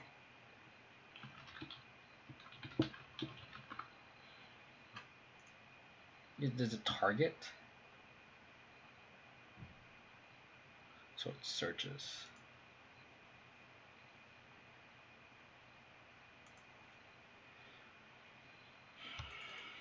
Yeah, I typed in the chat like I would save you some clicks, and I didn't see a black splash. But it looks like it's just the more. I mean, either way, I think. Like, I don't know if these spell bonds are going to be good. I think, like.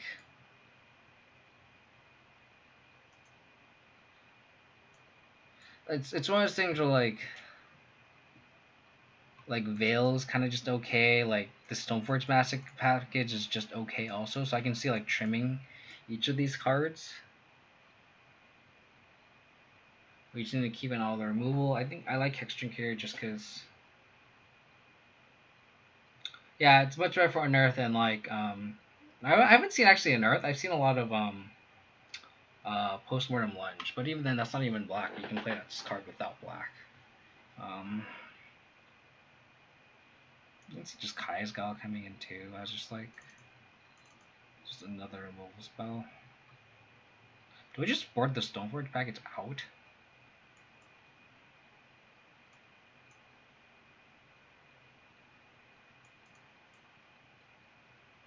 Just go like this. I think they just want to board all the Stoneforge package out. Like the equipment is just a dead card, and they just have all these chump blockers we just can't attack through. Like maybe I could see Feast and Famine coming just because their deck is part green, so I can just keep this in, but I don't want to tutor for it. This is probably wrong. Like maybe Barra Skull is good.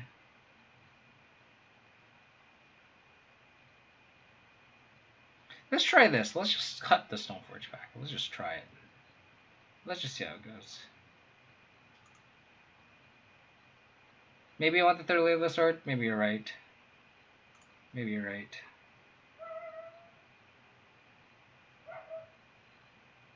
Opponent has Lurrus. Oh, so they have Lurrus. They revealed Lurrus this game, which is very interesting. So I should have boarded in the Yard Hate. Fatal Push. Great draw.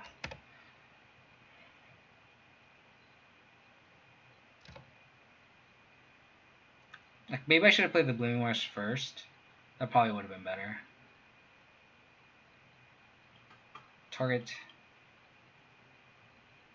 That's fine. I'm not gonna push the Hierarch anyway. I think I'm gonna play the Teague here actually, just to stop them from finaling or courting or whatever early on, and then we can go Goyf plus push. Wow. Engineered explosives, please. Engineered explosives, please. Oh, but I can't cast it. That's very unfortunate. Like, man.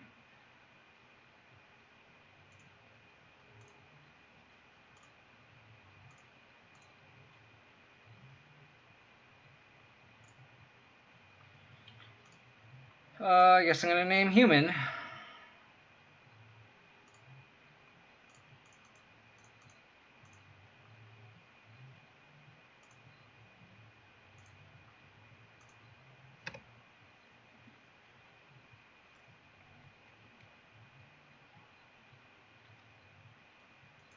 I don't like push voice Goyf. I kind of want to save the removal spell targeted for whatever. Like right now.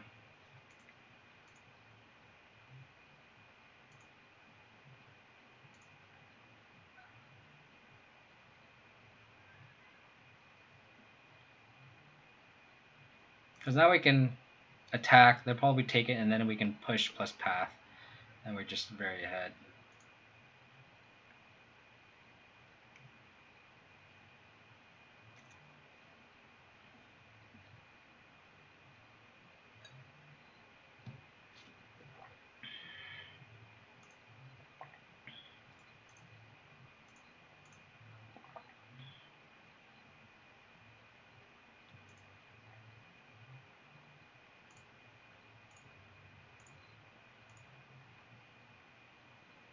They might have Veil, which is very unfortunate, but I think I'm gonna path on. No, actually, it's not good to path on upkeep. Let's just path now. Oof.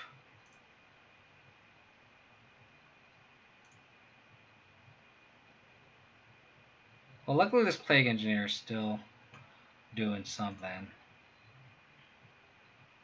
Plague Man pulling weight here. No, I can't be. Oh, I guess I could have. Yeah, you're probably right. But then I don't want them to get mana, and then I guess they can't even company with this T. You're probably right. Maybe I should have just done this on opponent's upkeep.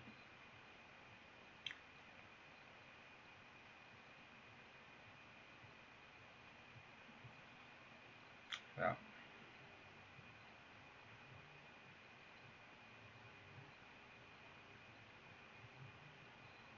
Oh. Oh, they. Yeah, they can't because I have Plague Man. Plague Man doing work here. Did they just forget that this was human? Okay.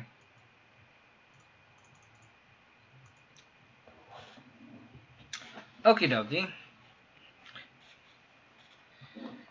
Yeah, I don't like the sword. I think just trimming that package is fine. Shane concede, yep.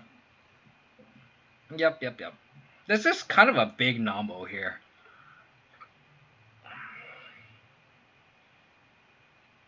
But I really like Gaddock Teague. This is like one of those matches where I would bring in both and then it's just awkward, but like think you still, like that's kind of the nombo that I just don't like. But what are you gonna do?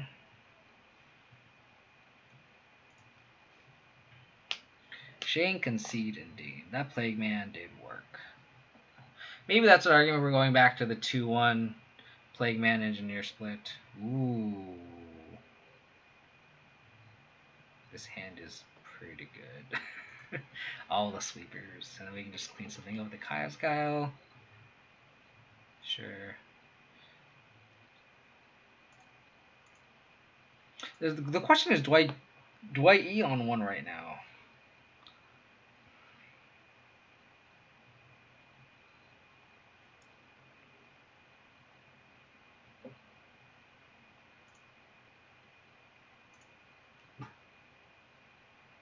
I think the answer is yes, so we can set up this explosives.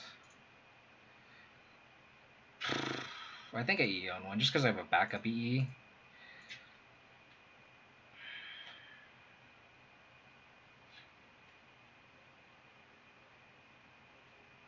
I don't know.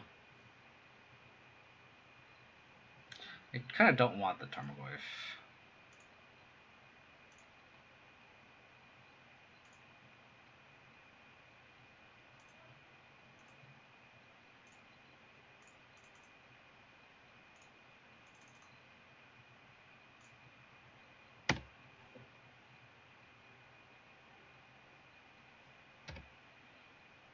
That was a great draw.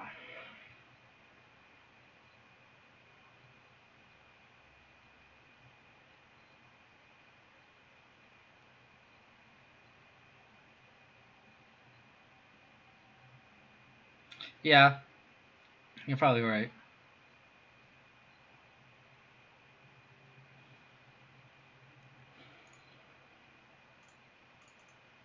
But I still like this play, because then we can, on next turn, we can pop EE and then push whatever. Ooh, okay, sure.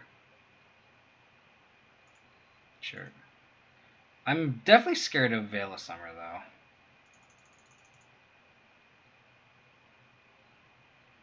Definitely scared of Veil of Summer. Yeah.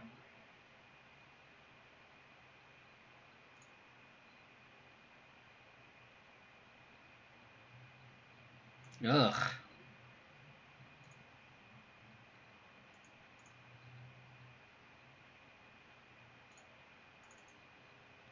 Path.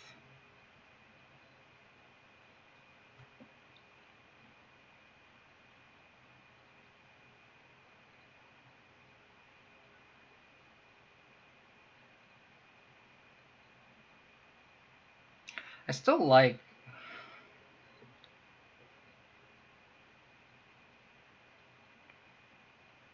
I think I still like blowing up EE and pushing a Druid.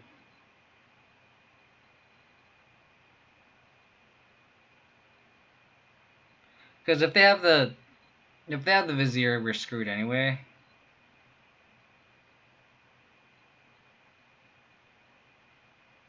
Because they just untap the other one in response.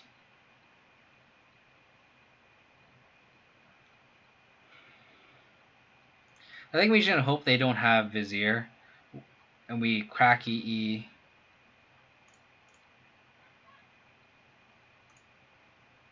And then we push one of the Druids. And hopefully we can kill them with... we can blow them with the second Kaya's Guile. And just at least that way we can... The push can cut them off mana, maybe? Because, like, for them to finale, they need... I guess they can finale anyway. Maybe we just hold the push.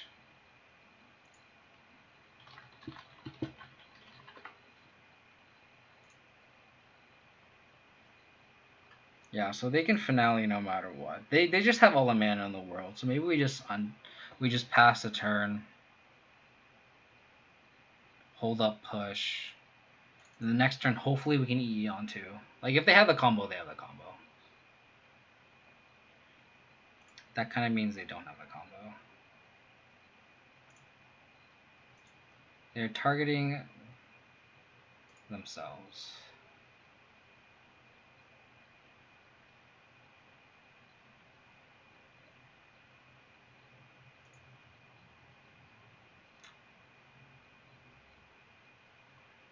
Vizier Remedies.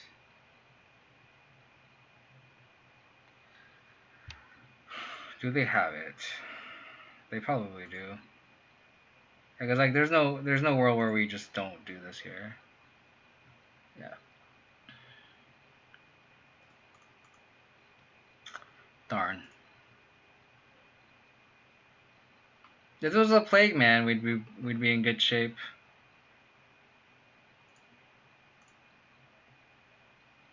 Oh, they don't have it. No way.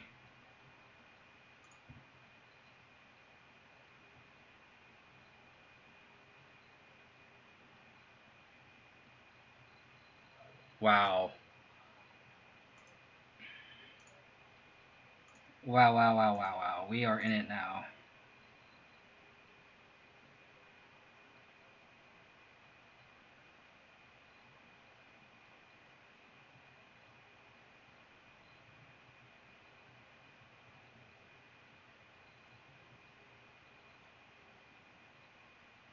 We are in it now. So saving that push definitely helped us. So now we just have a removal spell for the Lurrus if need be.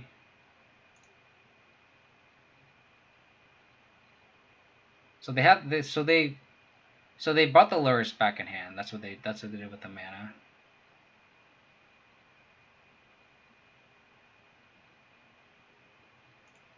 We're gonna lose the card advantage game here, but at least we're not dead.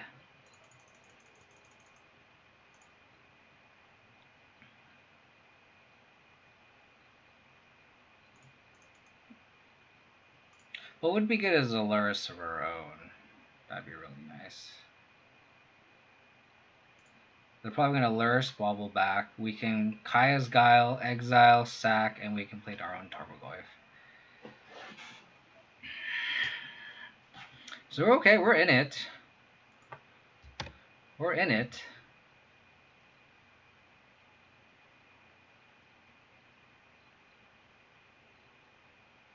Yeah, PLN push next turn, Angoy. Yeah. I also have Kaya's Guile, Tarmogoyf too. Or we can... No, we can't entwine. We don't have enough mana, but...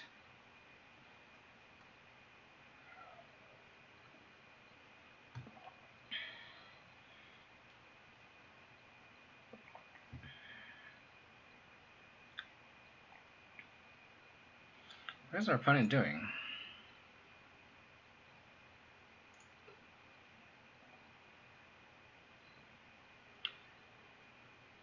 Take it easy, Connor, man. Thanks for tuning in. Really appreciate you hanging out with me. Always appreciate your company in the chat, of course.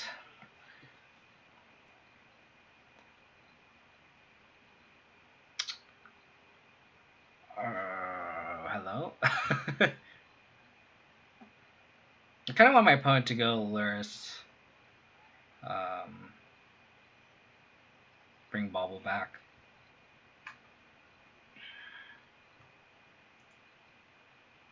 I mean, them going Lurrus plus bring back Hierarch is like, sure. Yeah.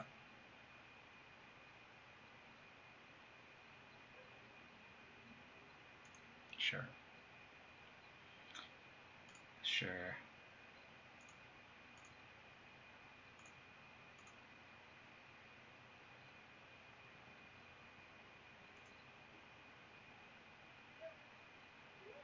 Hex Drinker.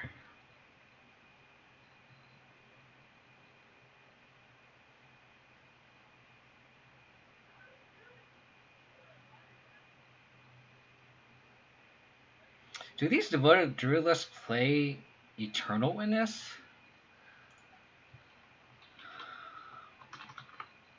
Because if they do, I would exile the Yard. But if they don't, I want to make a 1/1.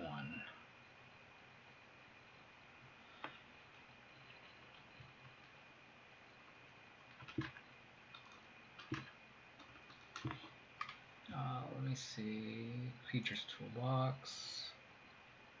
Last Jan. No Eternal Witness. I don't see Eternal Witness in here. No eternal witness.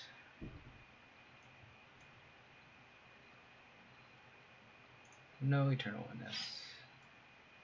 So I kind of like pushing this. Push this. Sack, make a flyer, and then play a Hex Drinker.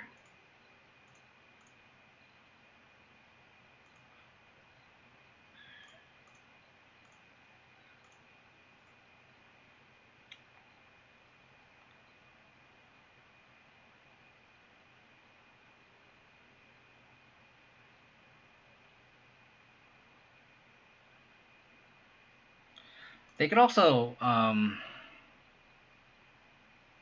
finale it back. So I think I'm going to exile actually on second thought. So exile and sack a creature. Each point sack a creature, exile cards in each one's graveyard. I don't want them to get finale the Lurrus back, and that's how we just get outgrinded to the ground. So this is actually a lot of pressure here, because next turn we can go Hex Drinker level up to 4 and play Tarmogoyf.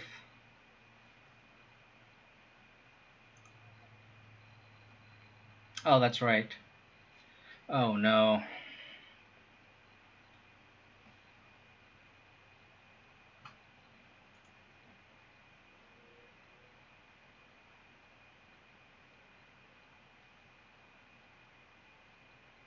I think I have to go for all the marbles here.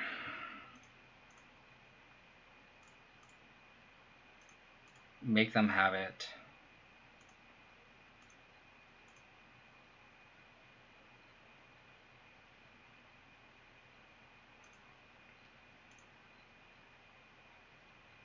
Actually, if they take this, I should actually crack this Peatland, hope to get a Fatal Push, and then push the Druid.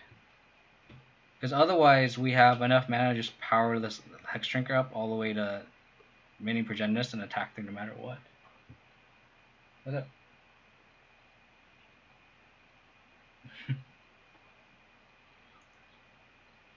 Because we just need 5 mana, unless they somehow gain 3 life.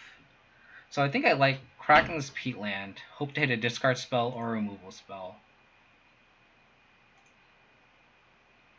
Bauble. Noble Hierarch.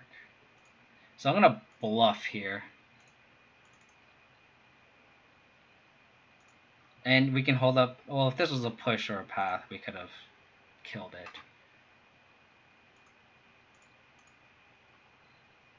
So unless they have the combo here, yes! Hex Drinker!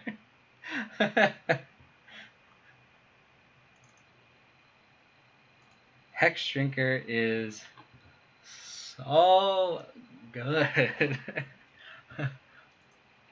Mini Progenitus. Protection from everything is just so relevant. Well, that would have been nice the previous turn, but what are you going to do? Alrighty. Alrighty.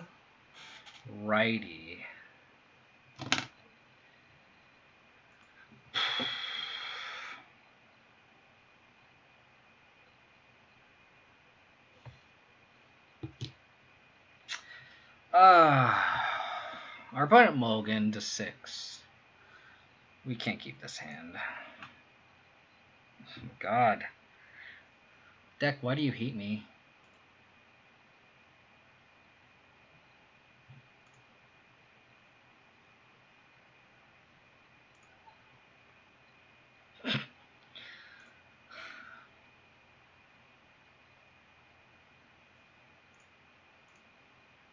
Why do you hate me, deck? Why do you hate me?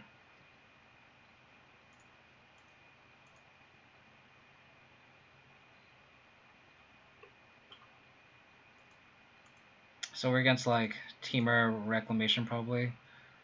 Okay, just start. Just start. Hope to grab a Renin 6 here. Scalding Tarn. We're gonna take a bunch of damage from our mana. Remand, Factor Fiction. Take the remand.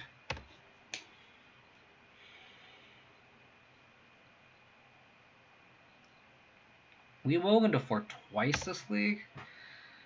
Not what we will want to do here. That's a bad draw. If we hit a black source off the top, we can go Veil Plus and then attack.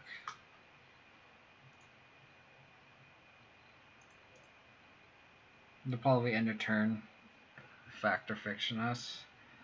That's when we just lose.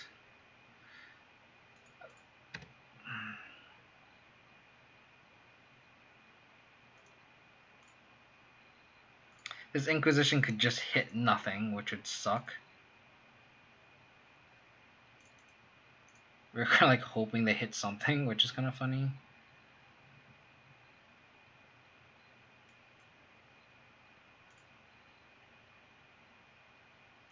So I'll take the Uro.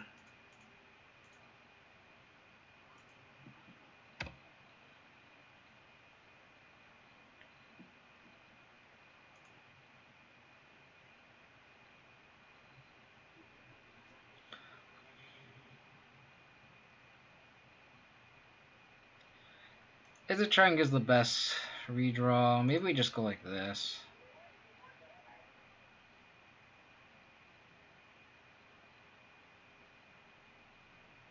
Like, I don't think this Liliana is for this world.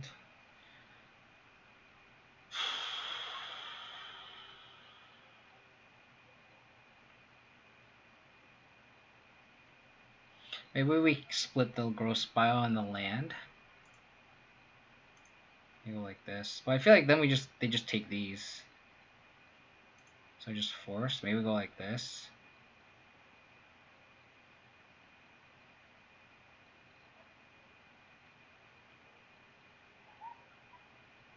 They have a growth spiral already in hand too. So maybe they don't want the growth spiral, so they're gonna get this.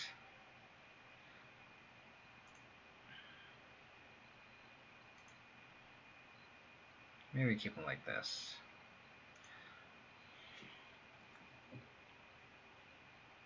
I feel like they're gonna take the pile, whatever pile with the land in it. Or growth spiral. Yeah.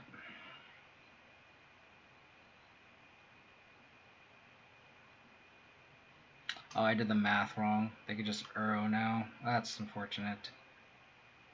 Which is fine. If we get a fetch land, like, this is actually okay. Oh, but then they have force negation too? Fuck me.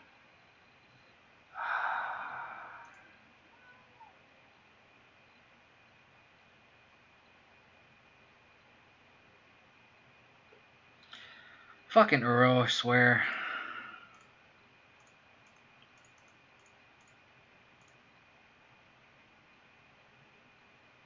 We have to do this so then we can, hopefully we can draw fetch land and then push plus E with ooze. Or a bauble with push and ooze. Oh, I hate Uro so much.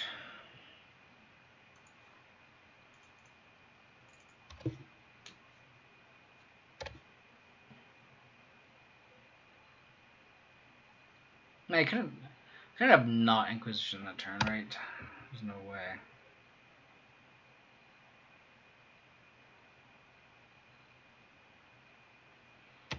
So we need to go discard spell. Well, we can't even do that. I think we're just gonna concede. I don't think we have any outs with force plus go spiral up.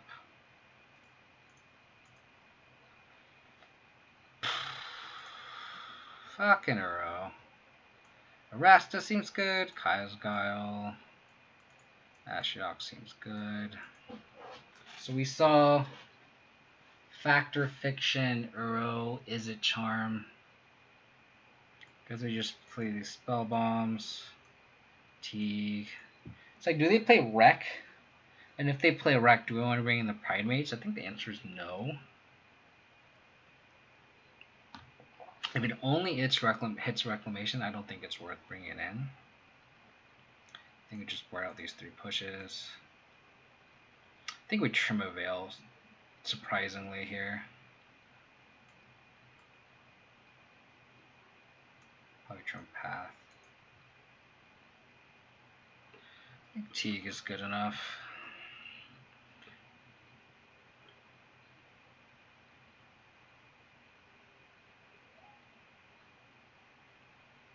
Two more cuts.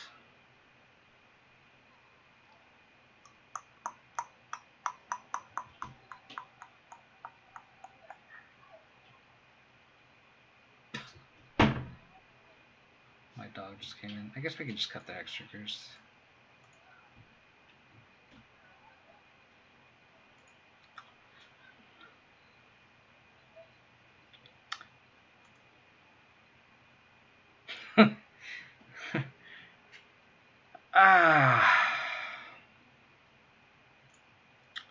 Moto, why do you hate me today?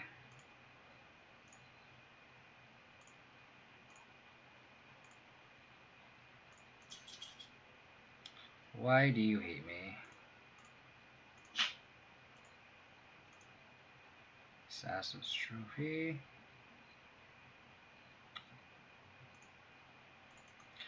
I don't think I want Assassin's Trophy.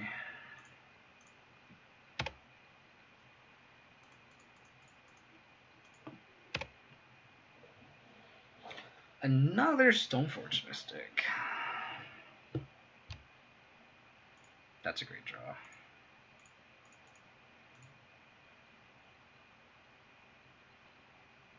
Oh, Spell Snare. Why?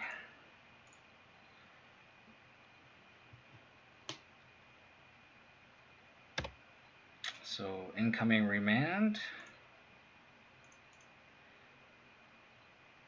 I'm going to play this Ashiok. I think it just gives us the highest ceiling here.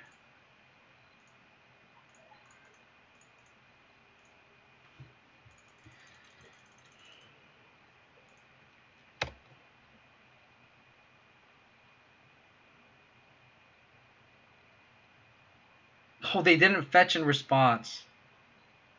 Nice. Nice.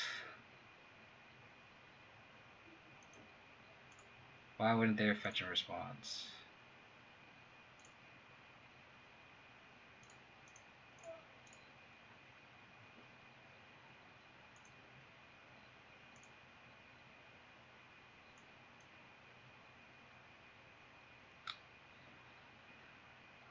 I guess we get sort of Feast of Famine.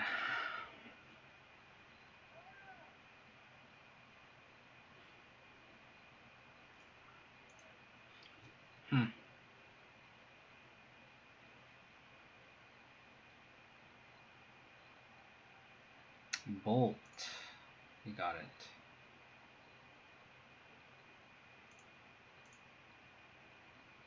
Leak or Remand? That's the real question here. Tarmogoyf.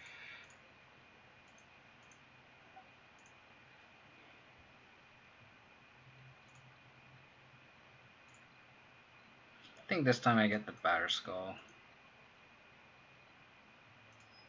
You know, hold Ashiok at 5.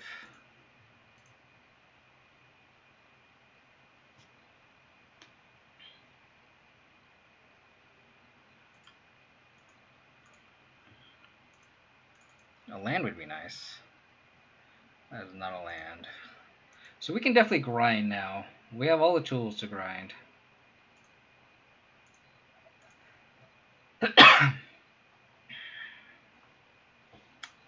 Them not cracking this in response is a major punt by them. I did not F6 opponent. If you're gonna bolt my Stoneforge Mystic, I will flash in the Batterskull.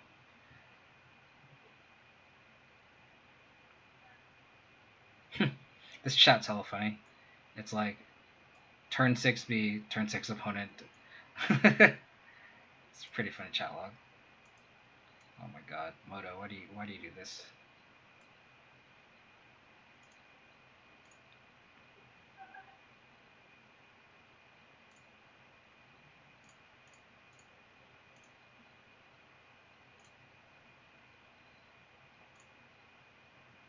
Maybe I should have fetched Fire and Ice because it stops cryptic command.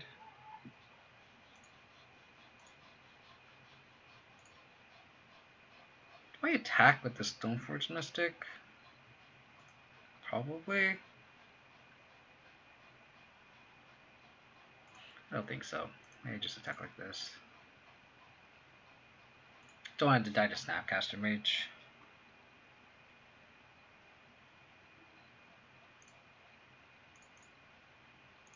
Oh crap.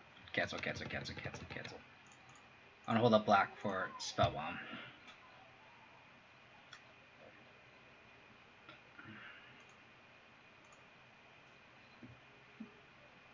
What is in their hand?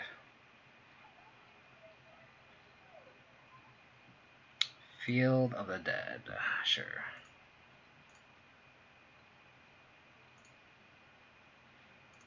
Land.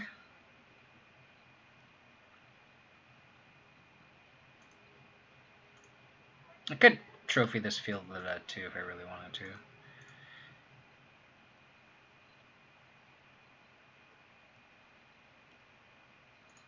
I'm gonna bottom this.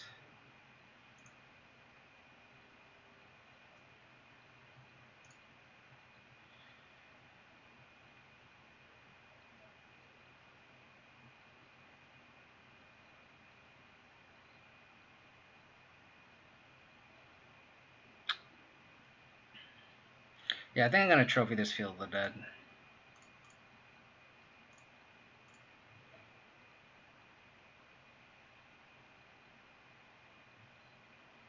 No basics. I'm gonna play around Snapcaster Mage.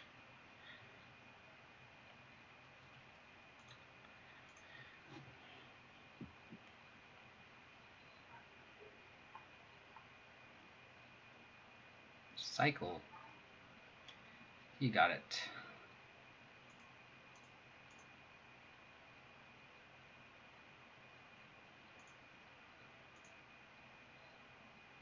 Oh my god, give me a land. Please. Just please, give me a land.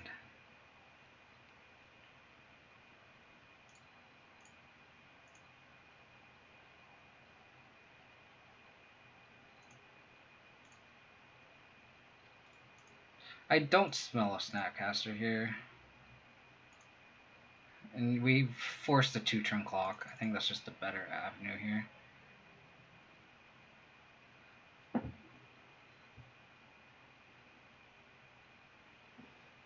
Fact or fiction?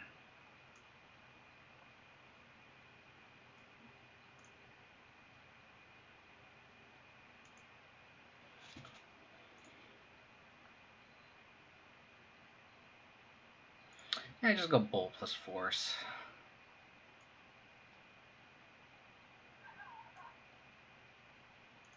We could just go bolt plus land.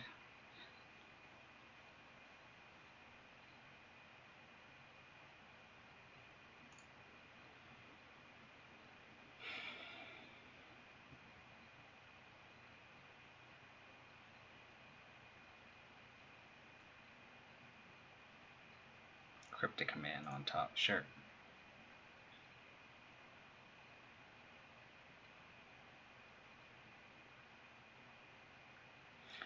I'm gonna just mill that cryptic command off the top anyway, so it doesn't matter. Sure.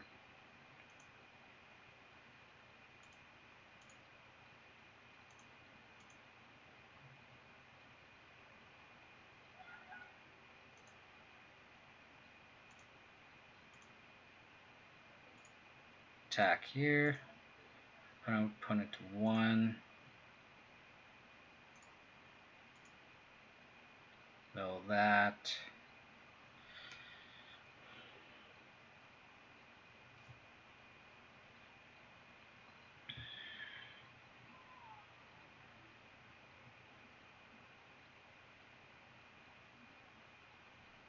I think I played Tormaglyph and pass. Oops.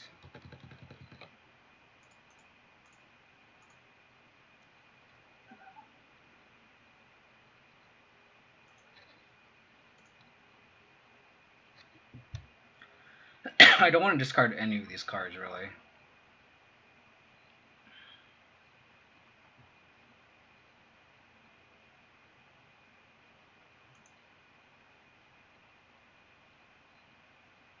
Nice. This Ashdog did work, man. Ashdog literally just shut the door on them, which is absolutely absurd.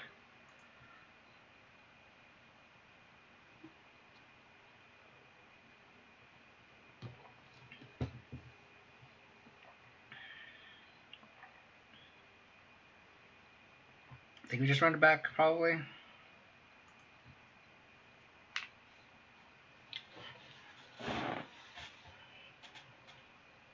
Can we not mulligan to 4 this time, though? That'd be great. That would be fantastic if we could just not mulligan to Oblivion. That would be much appreciated. Yeah, this thing we've been hit by mulligans pretty hard. Come on, Arrest. Right here. Hopefully we can draw lands to resolve our Arrest, though. That's the real question.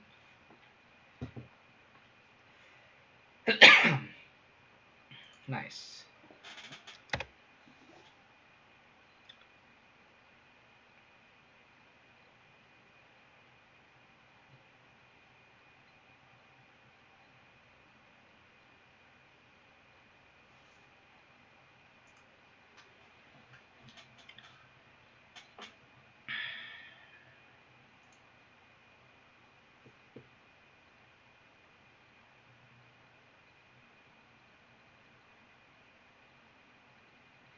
Trying to figure out when I play Galactic or Stoneforge Mystic. I think I want to play Stoneforge Mystic.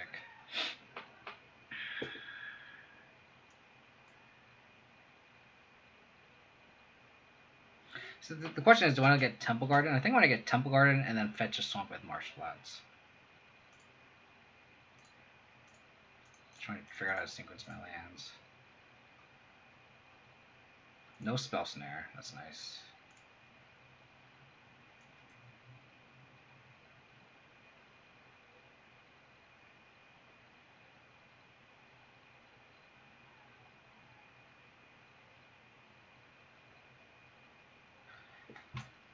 Probably get Sword, Feast of Famine.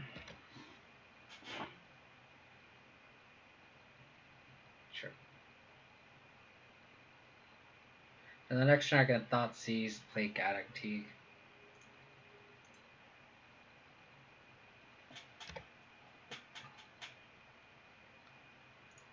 Or Stoneforge Mystic. Another good line.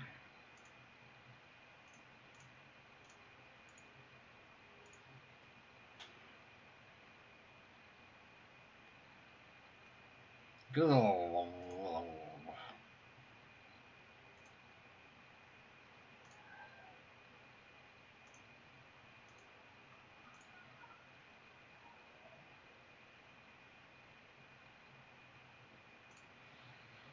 think we have to play Stoneforge Mystic over the Galactic. I guess we could have played it to stop Factor Fiction. Maybe that would have been better.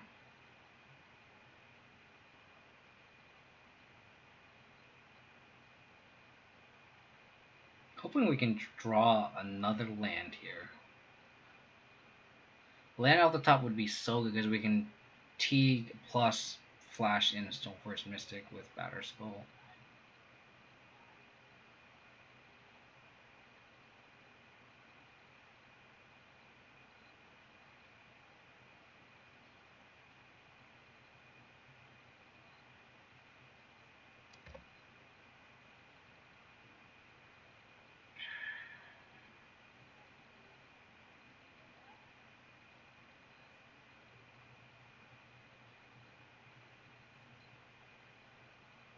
Fearless Summer is so gross.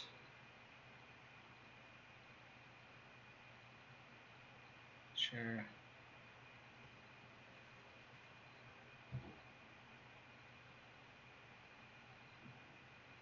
Flame Slash.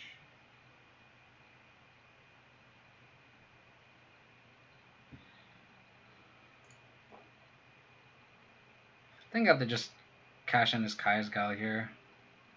Exile Yard, make a 1/1.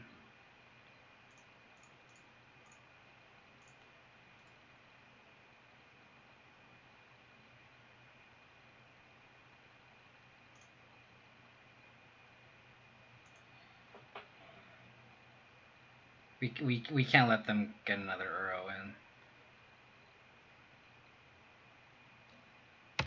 And then next turn we can go Inquisition into Gaddock Teague.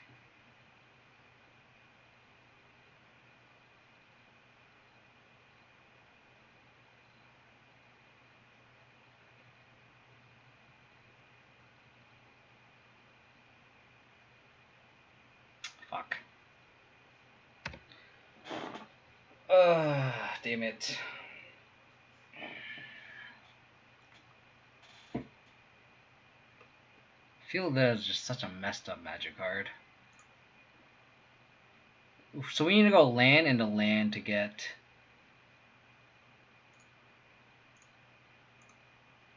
Batterskull into play, but Tarmogoyf is actually not a bad draw. Sure, Ghost Quarter's fine. Ah, damn it. We need to get the Teague online. That was maybe that was just where I think I just went wrong. I need to get the Teague online instead of that second Stoneforge Mystic. That was where I think I misplayed. And now we just can't beat this.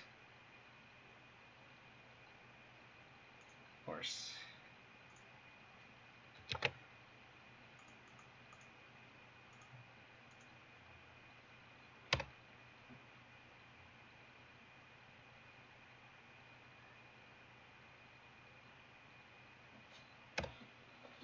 If we can get a Batterskull into play and then equip a sword to it, we're actually okay.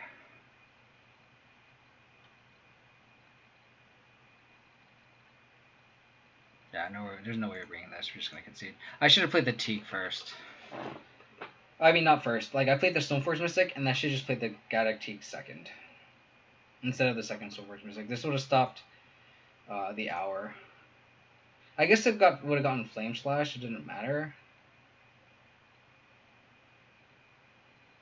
Yeah, I guess it wouldn't have mattered because they just had removal for both. They had removal for both Bolt and Stoneforge both Stoneforge Mystics. Then again, I could have like Inquisition plus Gaddock Teagued.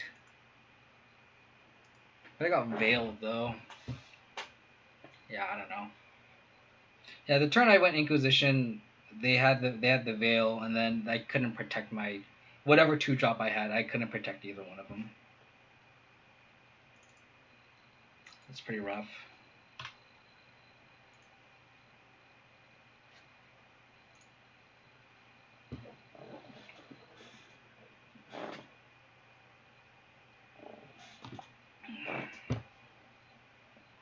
I don't think Arasta would have done anything either. Like, Field of the Dead is just, like, unwinnable. Like, we need Ashiok or, like, pretty much bust against that kind of deck, too. Like, maybe Ashiok is just better than Gaddock Teague. But, like, Gaddock Teague is just, like, so flexible against, like, Tron stuff, too. So, it's like, I don't know. Seaman1, thank you for the follow. I really, really appreciate it.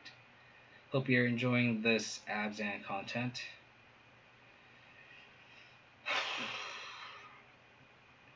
It's just these kind of hands all day. Where it's, like, almost half ran or uncastable. You know, mulligan this because we can't rely on having another land like that, or on relying on drawing a white source when it's the lowest. There isn't that many white sources in the deck. We can just bottom the sword here. Hopefully we can discard the Liliana. Hopefully that wins us a game. Like, hopefully that's just enough interaction. Reporting mulligan to 6 is a good start. Like, maybe their Rasta just needs to be like a second T or something. Something for the blue decks that, I don't know. Maybe it's back to the drawing board with that slot that just somehow answers Field of the Dead. Oh.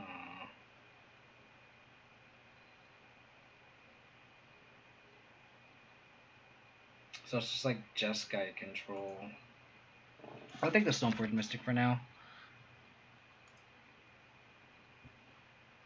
I can see the argument for taking the Servants, but like it's like whatever. Like I'd rather just be able to deal with the known threats that we have, and then especially with the second Thoughtseize. Hopefully we can just draw a third land so that we can live on the Veil of this Geist.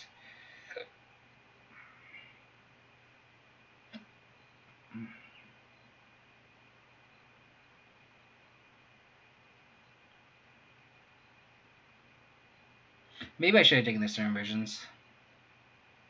And then, like, Inquisition of the Stoneforge Mystic. But it's like, I'd rather just take the known card that's going to be a threat. Probably top-topped. Probably the land. Okay.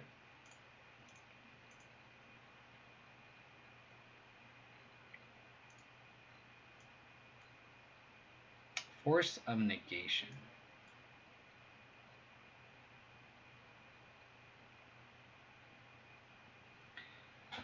I kind of want to take the Bolt here. No, but then they have Stoneforge Missile on the top. They can just take it. I think I just have to take the Force of Negation.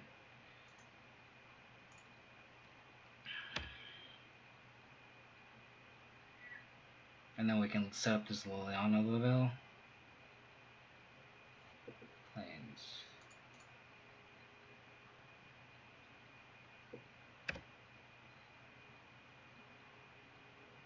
I could also say a world where we just take the Snapcaster Mage too. Oh, sorry, we take the Geist. I'm actually gonna plus discard this Peatland. And then I'm gonna hope they bolt our Liliana and then play a Geist, and then we can Liliana them next turn.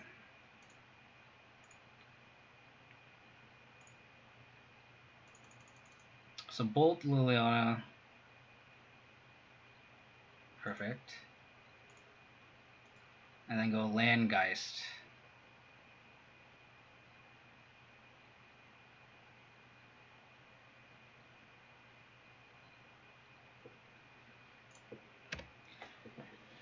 So this is where we set this up perfectly here. So then we have a Planeswalker versus their one card.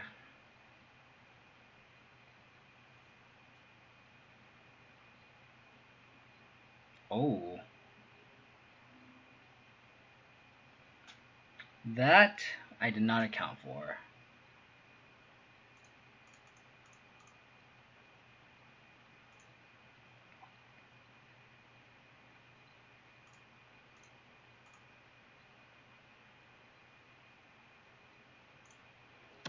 That was a good, decent top deck for them. So now they need to... They could tap out for Geist. Sure. So then they lose whatever card they have in their hand. And then it's Tarmogoyf versus Geist.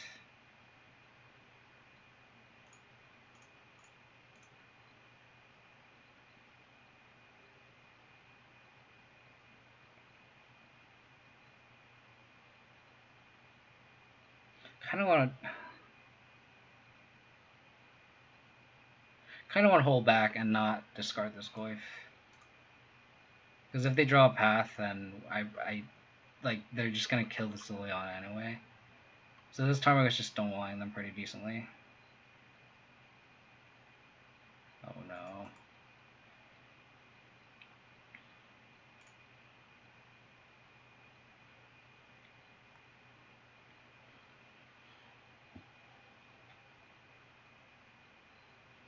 Batterskull.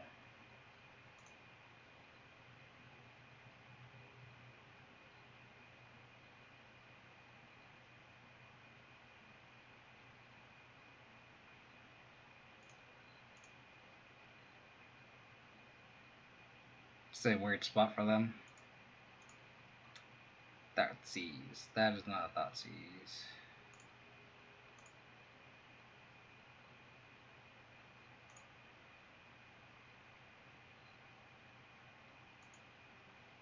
I think we just attack. Get aggressive. Especially with this second Tarmogoyf lined up. Probably just discard whatever card they have in hand. That is not Batterskull.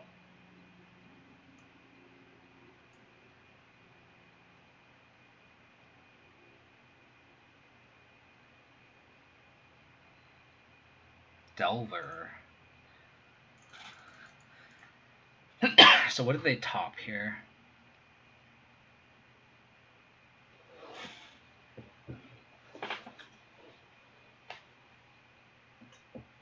Oh.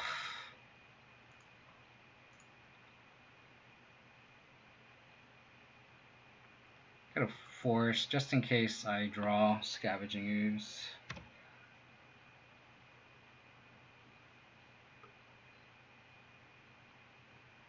Yeah, so I can take 7 here.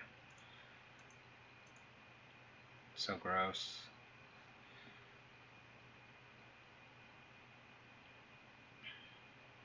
We need a draw step. We need a good draw step here.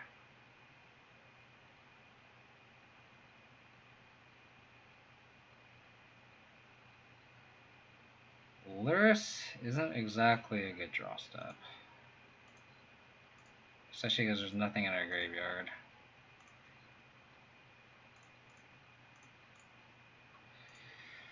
Well, we're gonna cast it.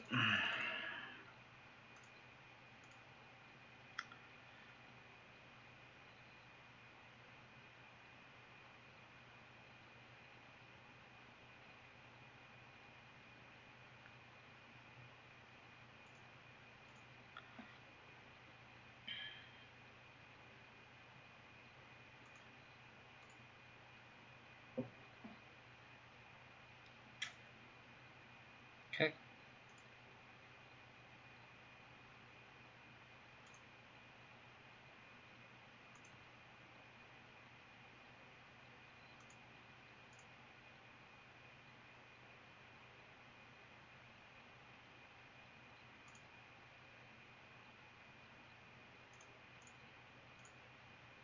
Trophy this now.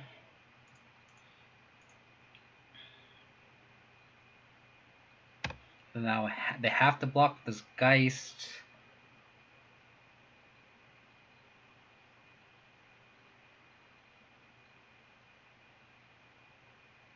Guess I should attack with this Lurrus too.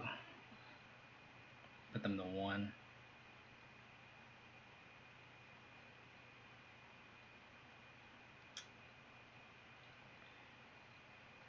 Yikes.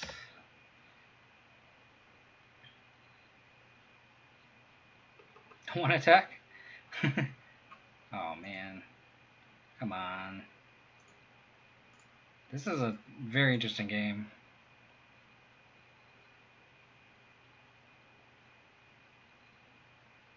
Block. Okay.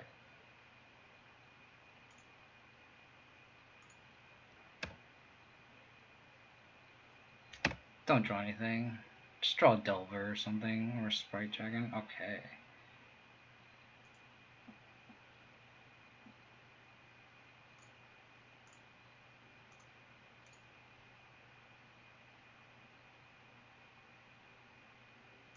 Nothing.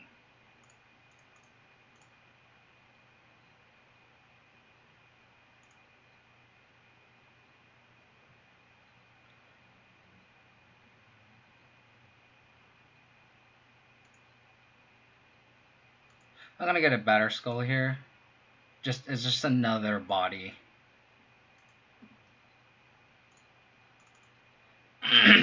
So they needed a way to kill this Tarmogoyf and enter this Batter Skull versus just getting another sword. I don't like it when they bolt in response to the enter the battle trigger on Stoneforge Mission on the stack, just because knowing that my Stoneforge Mission is gonna die, it gives me all the information. Like I don't see a point in casting it then and being impatient versus just like waiting. Because like I might have just gotten a sword and then that would have been just the wrong take just because I lose a lethal threat, right?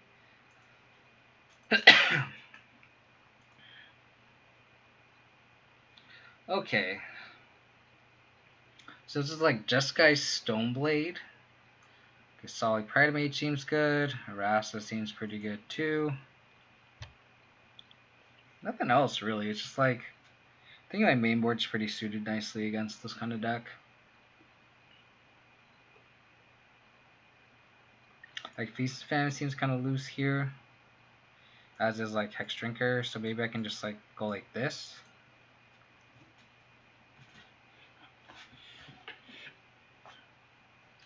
I think I might just go like this. Pretty light cyber. I can also see an argument for like engineer explosives, but like there's nothing really low CMC cost that like I really want to kill.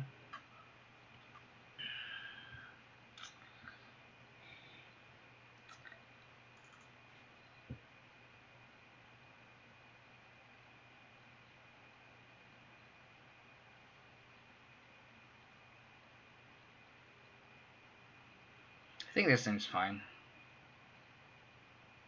Rast seems super sweet right now in this matchup. Hopefully it survives. That's the thing, is just like having it survive.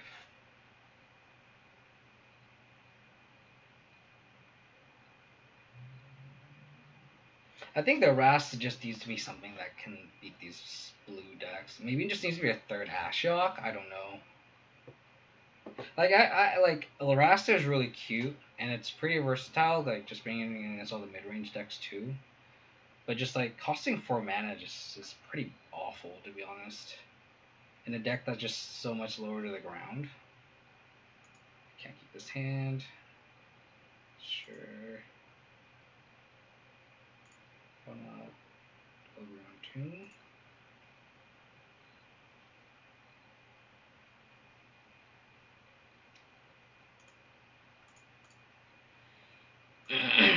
Maybe it needs to be a choke. I don't know. I don't like choke just because like Aether Gust is a thing. They can just easily answer it. That's a great draw.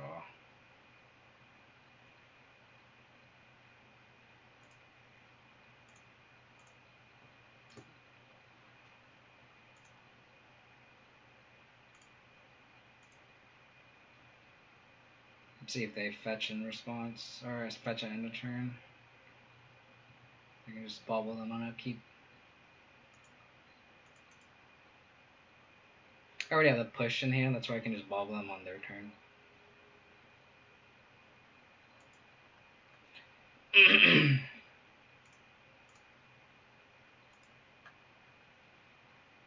Sprite Dragon is very, very interesting in their opponent's deck. A braid. That's rude.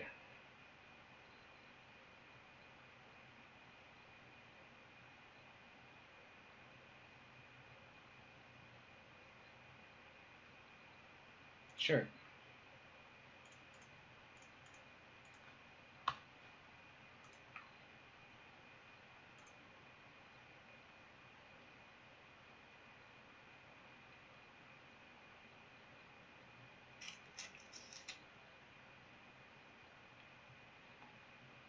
I'm trying to figure out which land to play. I think it's Temple Garden. Just if I get the bobble back, I want to be able to.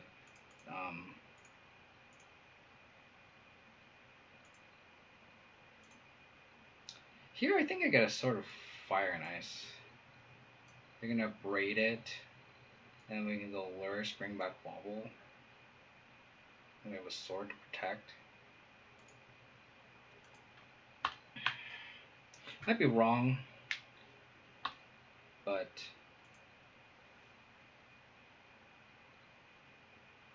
they're kind of like forced to braid this Stoneforge Mystic. And if they play like a Geist, like I'm very happy with that because I can just like veil them. They can also just force us, which would be pretty bad. Oh, Sprite Dragon, sure. Yeah. So they need exactly force plus blue card.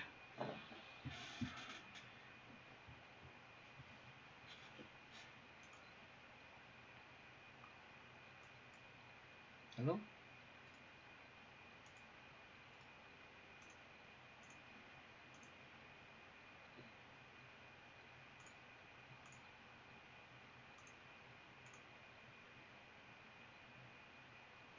That's a great draw. Because now we can protect our Lurrus too. So we go Inquisition, play Lurrus, bring back Bobble. Seems like a good sequence of draws there.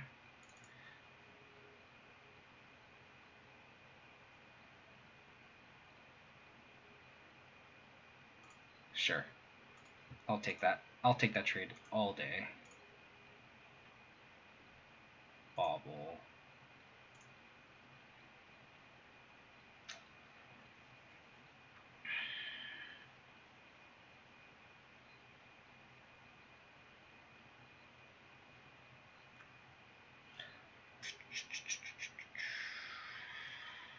What do you have, buddy? What do you have? Spell Pierce. Good to know.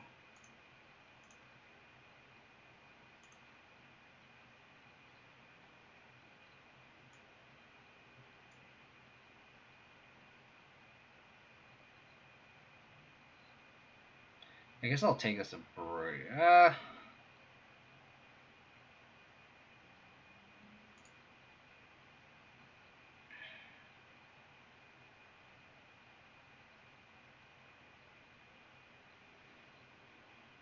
I guess I should take the sword just because it turns every one of their threats online. So I'll just take that.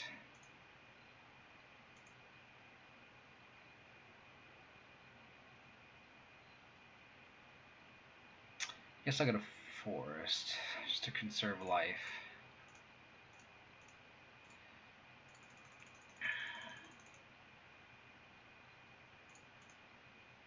So we know all the contents of their hand. Probably a Braid, Lurrus.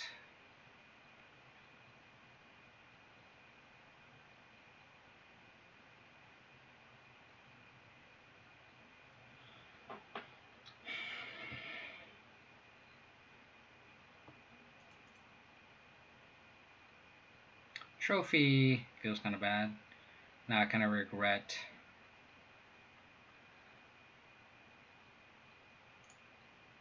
leaving them with the path.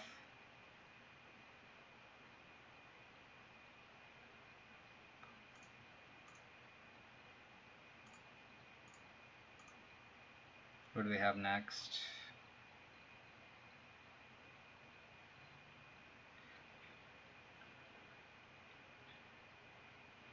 They're going discard Lurrus is very good too.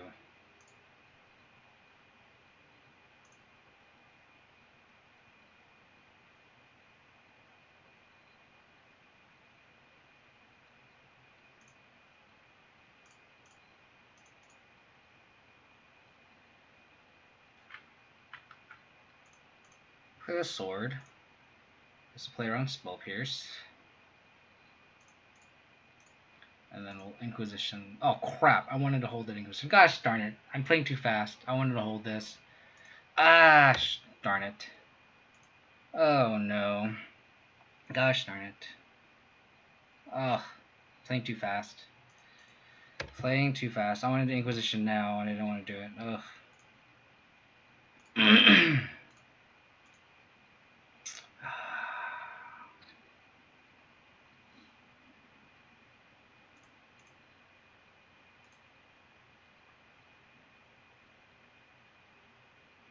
Gosh darn it.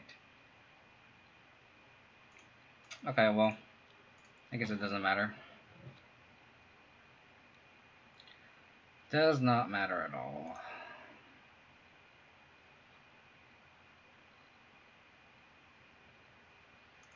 Does not matter. So we are hell-bent, me and my opponent. But I have a trophy and a sword in play. Alright, give me a threat. Triome. I'm gonna leave this wide open just in case I draw a Stoneforge Mystic. Stoneforge Mystic. Stoneforge Mystic. Okay. That counts.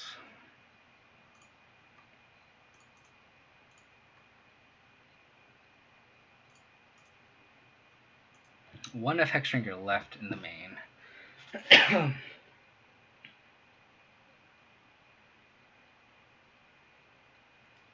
So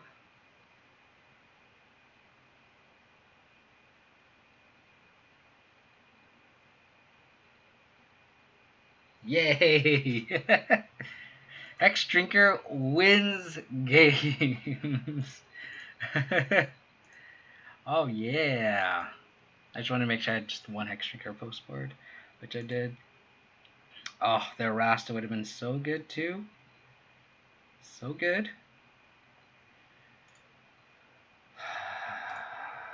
That felt good. That felt great.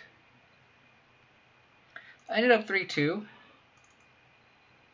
So to round out the league, we beat Ad Nauseum, Devoted, Devastation, and Jeskai Stoneblade, I guess. And then we lost to gosh, my memory sucks. We just lost to Team Iraq and what was this fellow? Team Iraq and whatever this deck was. Oh gosh.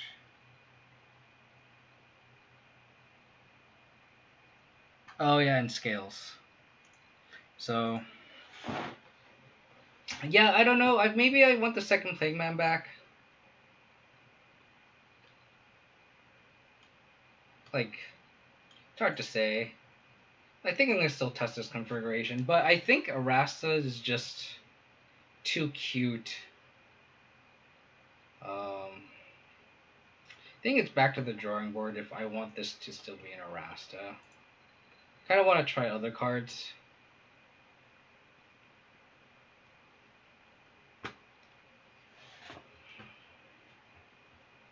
It's just hard because it's like we need. It pretty much needs to be a card that can answer Uro, but then just hates on them too.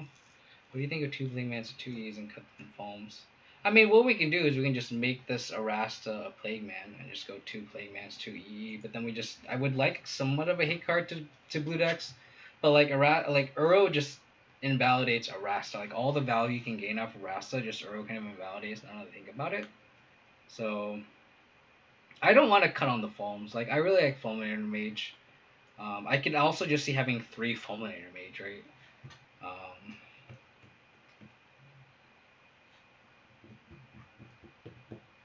I mean, the blue decks could also just be really bad, and we can just concede them and just hope like the Galactic and the 2 Ashocks get there. I could also just see a third Ashok. Just because Ashok is just so good against those Team of Reclamation decks. Because as you saw, like the one game we won against Team of Rec, you just slam an Ashok and you just like win. I just don't like losing to Blitzcraus. I think for you specifically, since you haven't known meta, you could like the Plague Mans aren't going to do anything against Prowess. It really isn't. And for you personally, since you're playing as a Blitz, well, that backtrack.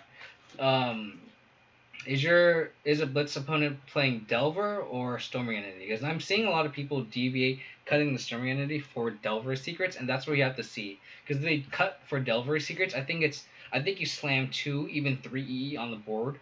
Like cut the Rasa and just have 3 generic explosives on the board. I think that's what you should do. And then just save your paths and trophies for Storming Entity, and I think that matchup's just great for you. And I don't think Arasta is what's going to stop them. I feel like you just rather just wipe their board. Story, Bedlam, and Sprite. I think Bedlam Reveler is a card that breaks that matchup for us, though. That's the thing. Like, against a Bedlam Reveler deck, like, if they resolve 0, we're favored. If they resolve 1, we're slightly unfavored. And if they resolve 2, we are screwed. Bedlam Reveler is what really, really turns the matchup for us. And it's kind of awkward because you don't really want to bring in that yard hate. And if that's the case, I kind of like boarding in, having a second Kaya's Gal for you. If that's the configuration your Is a Blitz opponent is having. So for you, I would actually cut the Rasta for a second Kaya's Guile and keep the second Engineer Explosives. And you'd board in 2 E, 2 Kaya's Guile. And depending on what you cut, you could probably board in maybe 1, maybe 2 Spell Bombs. And against Izzet, you would cut the Sword of Feast and Famine and the 2 Hex Drinkers, so that's 3. So maybe you don't even bring the Spell Bombs, you just bring 2 Engineer Explosives and 2 Kaya's Guile. So maybe you cut the 2 Hex Drinkers, maybe trim a Thoughtseize, and maybe trim the Sword. So that's 4 cards. So that's an easy 4 for 4 swap. I think that's how I would approach the matchup and the deck building. Yeah, exactly. Which is why I board out Hexdrinker against those decks. Like Hexdrinker's so good. Like you can steal games with Hexdrinker, and it's why I like as you saw in this league, I won two matches with Hexdrinker alone. And then you just trim them against matchups where you're kind of like, I just like there's a lot of removal against that deck. I'll just trim one against Jeskai, right? And then you top deck one Hexdrinker, and it literally wins you the game. But against like any deck with Lava Dart, just cut both of them. So then it's two Lava Dart, one Sword of Fusion, and one Thoughtseize for two EE and two Kai'Skal. I think that's pretty good for you. Yeah, I think that's why like if you're against Izzet Prowess, like if you slam a First Mystic on turn two, you fetch Sword on Fire and Ice. You never fetch Batterskull ever. Like I just saw against that match against just now when I played against Jeskai Stoneblade. Like I played a Stoneford Mystic on two and I fetched Sword on Fire and Ice. I didn't fetch Batterskull because you expect it to get killed. And if it doesn't get killed, guess what? You equip a sword to it and you win the game that way. So like the sword is like so that's kind of the learning curve I've had with Abzan Stoneblade where like I was in the same boat as you, where it's like I want to get a Batterskull. It's my threat, and that's the learning curve you have, where you really have to see and learn which equipment you fetch up. And then I feel like it's kind of hasty to be like, oh, Stoneforge Mystic's so bad and this and that. And that's how I initially felt. Like I'm a victim of that, where like I'm guilty of that, where like I was like, oh yeah, I'm gonna get Stoneforge Mystic and get a Batterskull, and it's like my Stoneforge Mystic dies and I have a 5-drop stuck in my hand. I'm like, this card sucks, but it's like in reality, like I should have fetched the equipment and then played the equipment, and then that gives me the and it turns every other threat I have just into a live threat, right? Like if I top deck a Scavenging Ooze, it's like it's a 4/4 that shocks and draws a card if I trigger it, right? So yeah, so I think that's just kind of how you have to approach that matchup. Like I think 95% of the time you fetch Fire and Ice on turn two, unless you like discard turn one, and they have literally no removal, and a Batterskull wins the game that way. Then maybe you can fetch Batterskull. Collect Kai'Skal, make the same change after second. I like the second guy on E frame it. I agree. Yeah, so that's what I would do for you. I would just make this a second Kai'Skal, and maybe that's what I'll do too. Maybe I'll just have a second Kai'Skal. Like this is good against the Euro decks too. Um, Exiling the Yard and so maybe against like the Euro decks, I board in the Kai'Skal, and then maybe board in the Engineer Explosives too, just to answer the zombies. I don't know. It's hard because they like. I feel like E has just a low shelf life just because they just make zombies. They just keep bringing back zombies. And I think the key to the matchup is actually Sword and Feast of Famine. Because then you can just attack through. So maybe I'll follow suit with you. Maybe I'll keep this configuration and just have a second Kai'Skal instead of this Arasa. Maybe I'll try that next. Like if you get to entwine and end game, entwine stage of game, it would be really good. I've actually only entwined Kai'Skal only once ever in my life, and it's kind of hard to. I don't think it's like really that big of a sample size because I never have more than one Kai'Skal. I always have two in my. I never have more than one in my sideboard, so it's like the likelihood of me drawing one is pretty low. That being said, when you do get to entwine it, it's pretty ghastly, and especially against like an Uro deck or just any like burn deck in general. Because making a blocker, gaining for life, and exiling a yard is pretty gas, and sacking your creature. So yeah, maybe I'll try two with you. I'll try two next league maybe. I will kind of want to go back in the drawing board. Maybe this can be something else. But that being said, maybe it might just be better just to be a second Kai'Skal or a third Ashiok.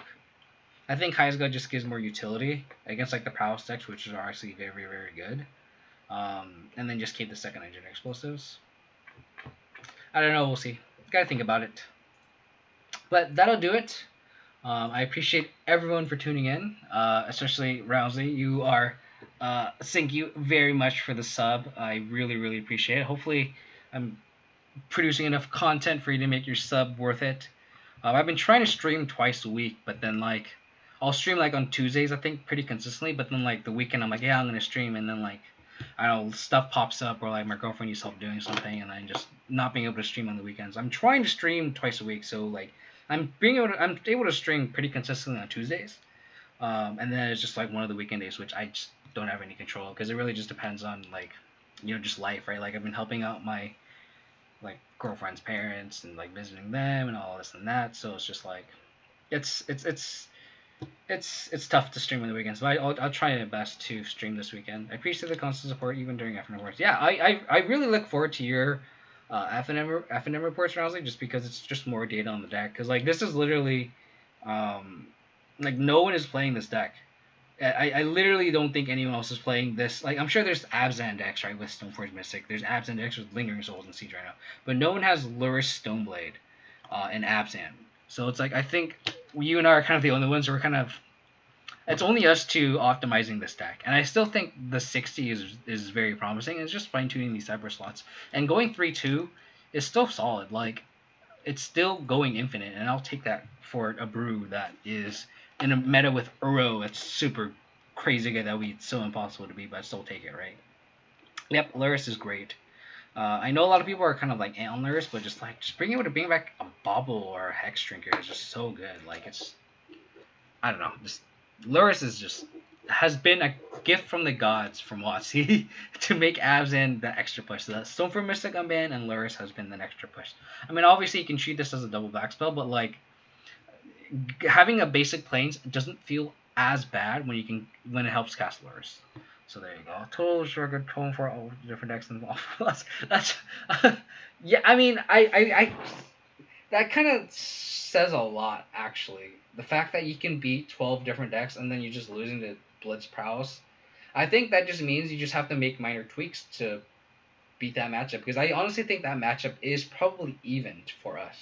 And I think you're just on the bad side of variance where you flip a coin 4 times and it lands tails 4 times, right? And I think that's just kind of your result there, which is still very, very encouraging. I'm very, very, very happy with your results, and I think that's also very, very encouraging while I'm still kind of running this deck and trying my hardest to make this deck a thing. Because your decks also, your results mirror mine, and our combined records are very, very, very good. Um, and for your specific situation, you just need to make a tweak and fine tune to beat Prowess. And I think having a second EE and a second Kai's Guile might just be enough of a difference to swing that matchup for you, right? So I'm kind of excited to see how if you end up going this right, I'm excited to hear your results. And if you end up playing that guy again, if that sideboard plan helps, I'm looking forward to it. So yeah, keep me updated. I really, really appreciate you playing this deck for me too, because the data helps. Like an extra person is an extra sample size, and the more sample size you have is better the data set, right? So yeah, I really appreciate it. Other than that, yeah, again, as I said, I will try to stream this weekend. It's variable. If you want to support the channel, you can follow me on Twitch, follow me on YouTube, follow me on Twitter. If you follow me on Twitter, that's where you get the most up-to-date updates on when I'll stream. I don't know how many people are here. It says 7 viewers, but like my Streamlabs is very, very, very inconsistent. I guess we can rate someone, even though it's not that big of a viewer count as much as it has in the past, but we can still send the love. Even a few people is better than nothing, right? So I tend to like to just stream or raid low viewer counts, but looks like my buddy Spider Space is streaming, and he's always raided me. He has been a true buddy. He's raided me plenty of times in the past. I think I'm gonna spread the love and raid him. Even though it's not that many people, but the people that are here, I really appreciate you guys for tuning in. You guys are the reasons why it makes streaming really, really fun. And of course, all the feedback on my plays and saying what plays I did wrong, plays I did right, that's what makes me a better player, right? So I really appreciate everyone for tuning in. Other than that, let's raid this fool. Hot take, Spider Face has better hair than Reed Duke. Take it easy, guys. Let's raid. 4, 3, 2, 1. Hi.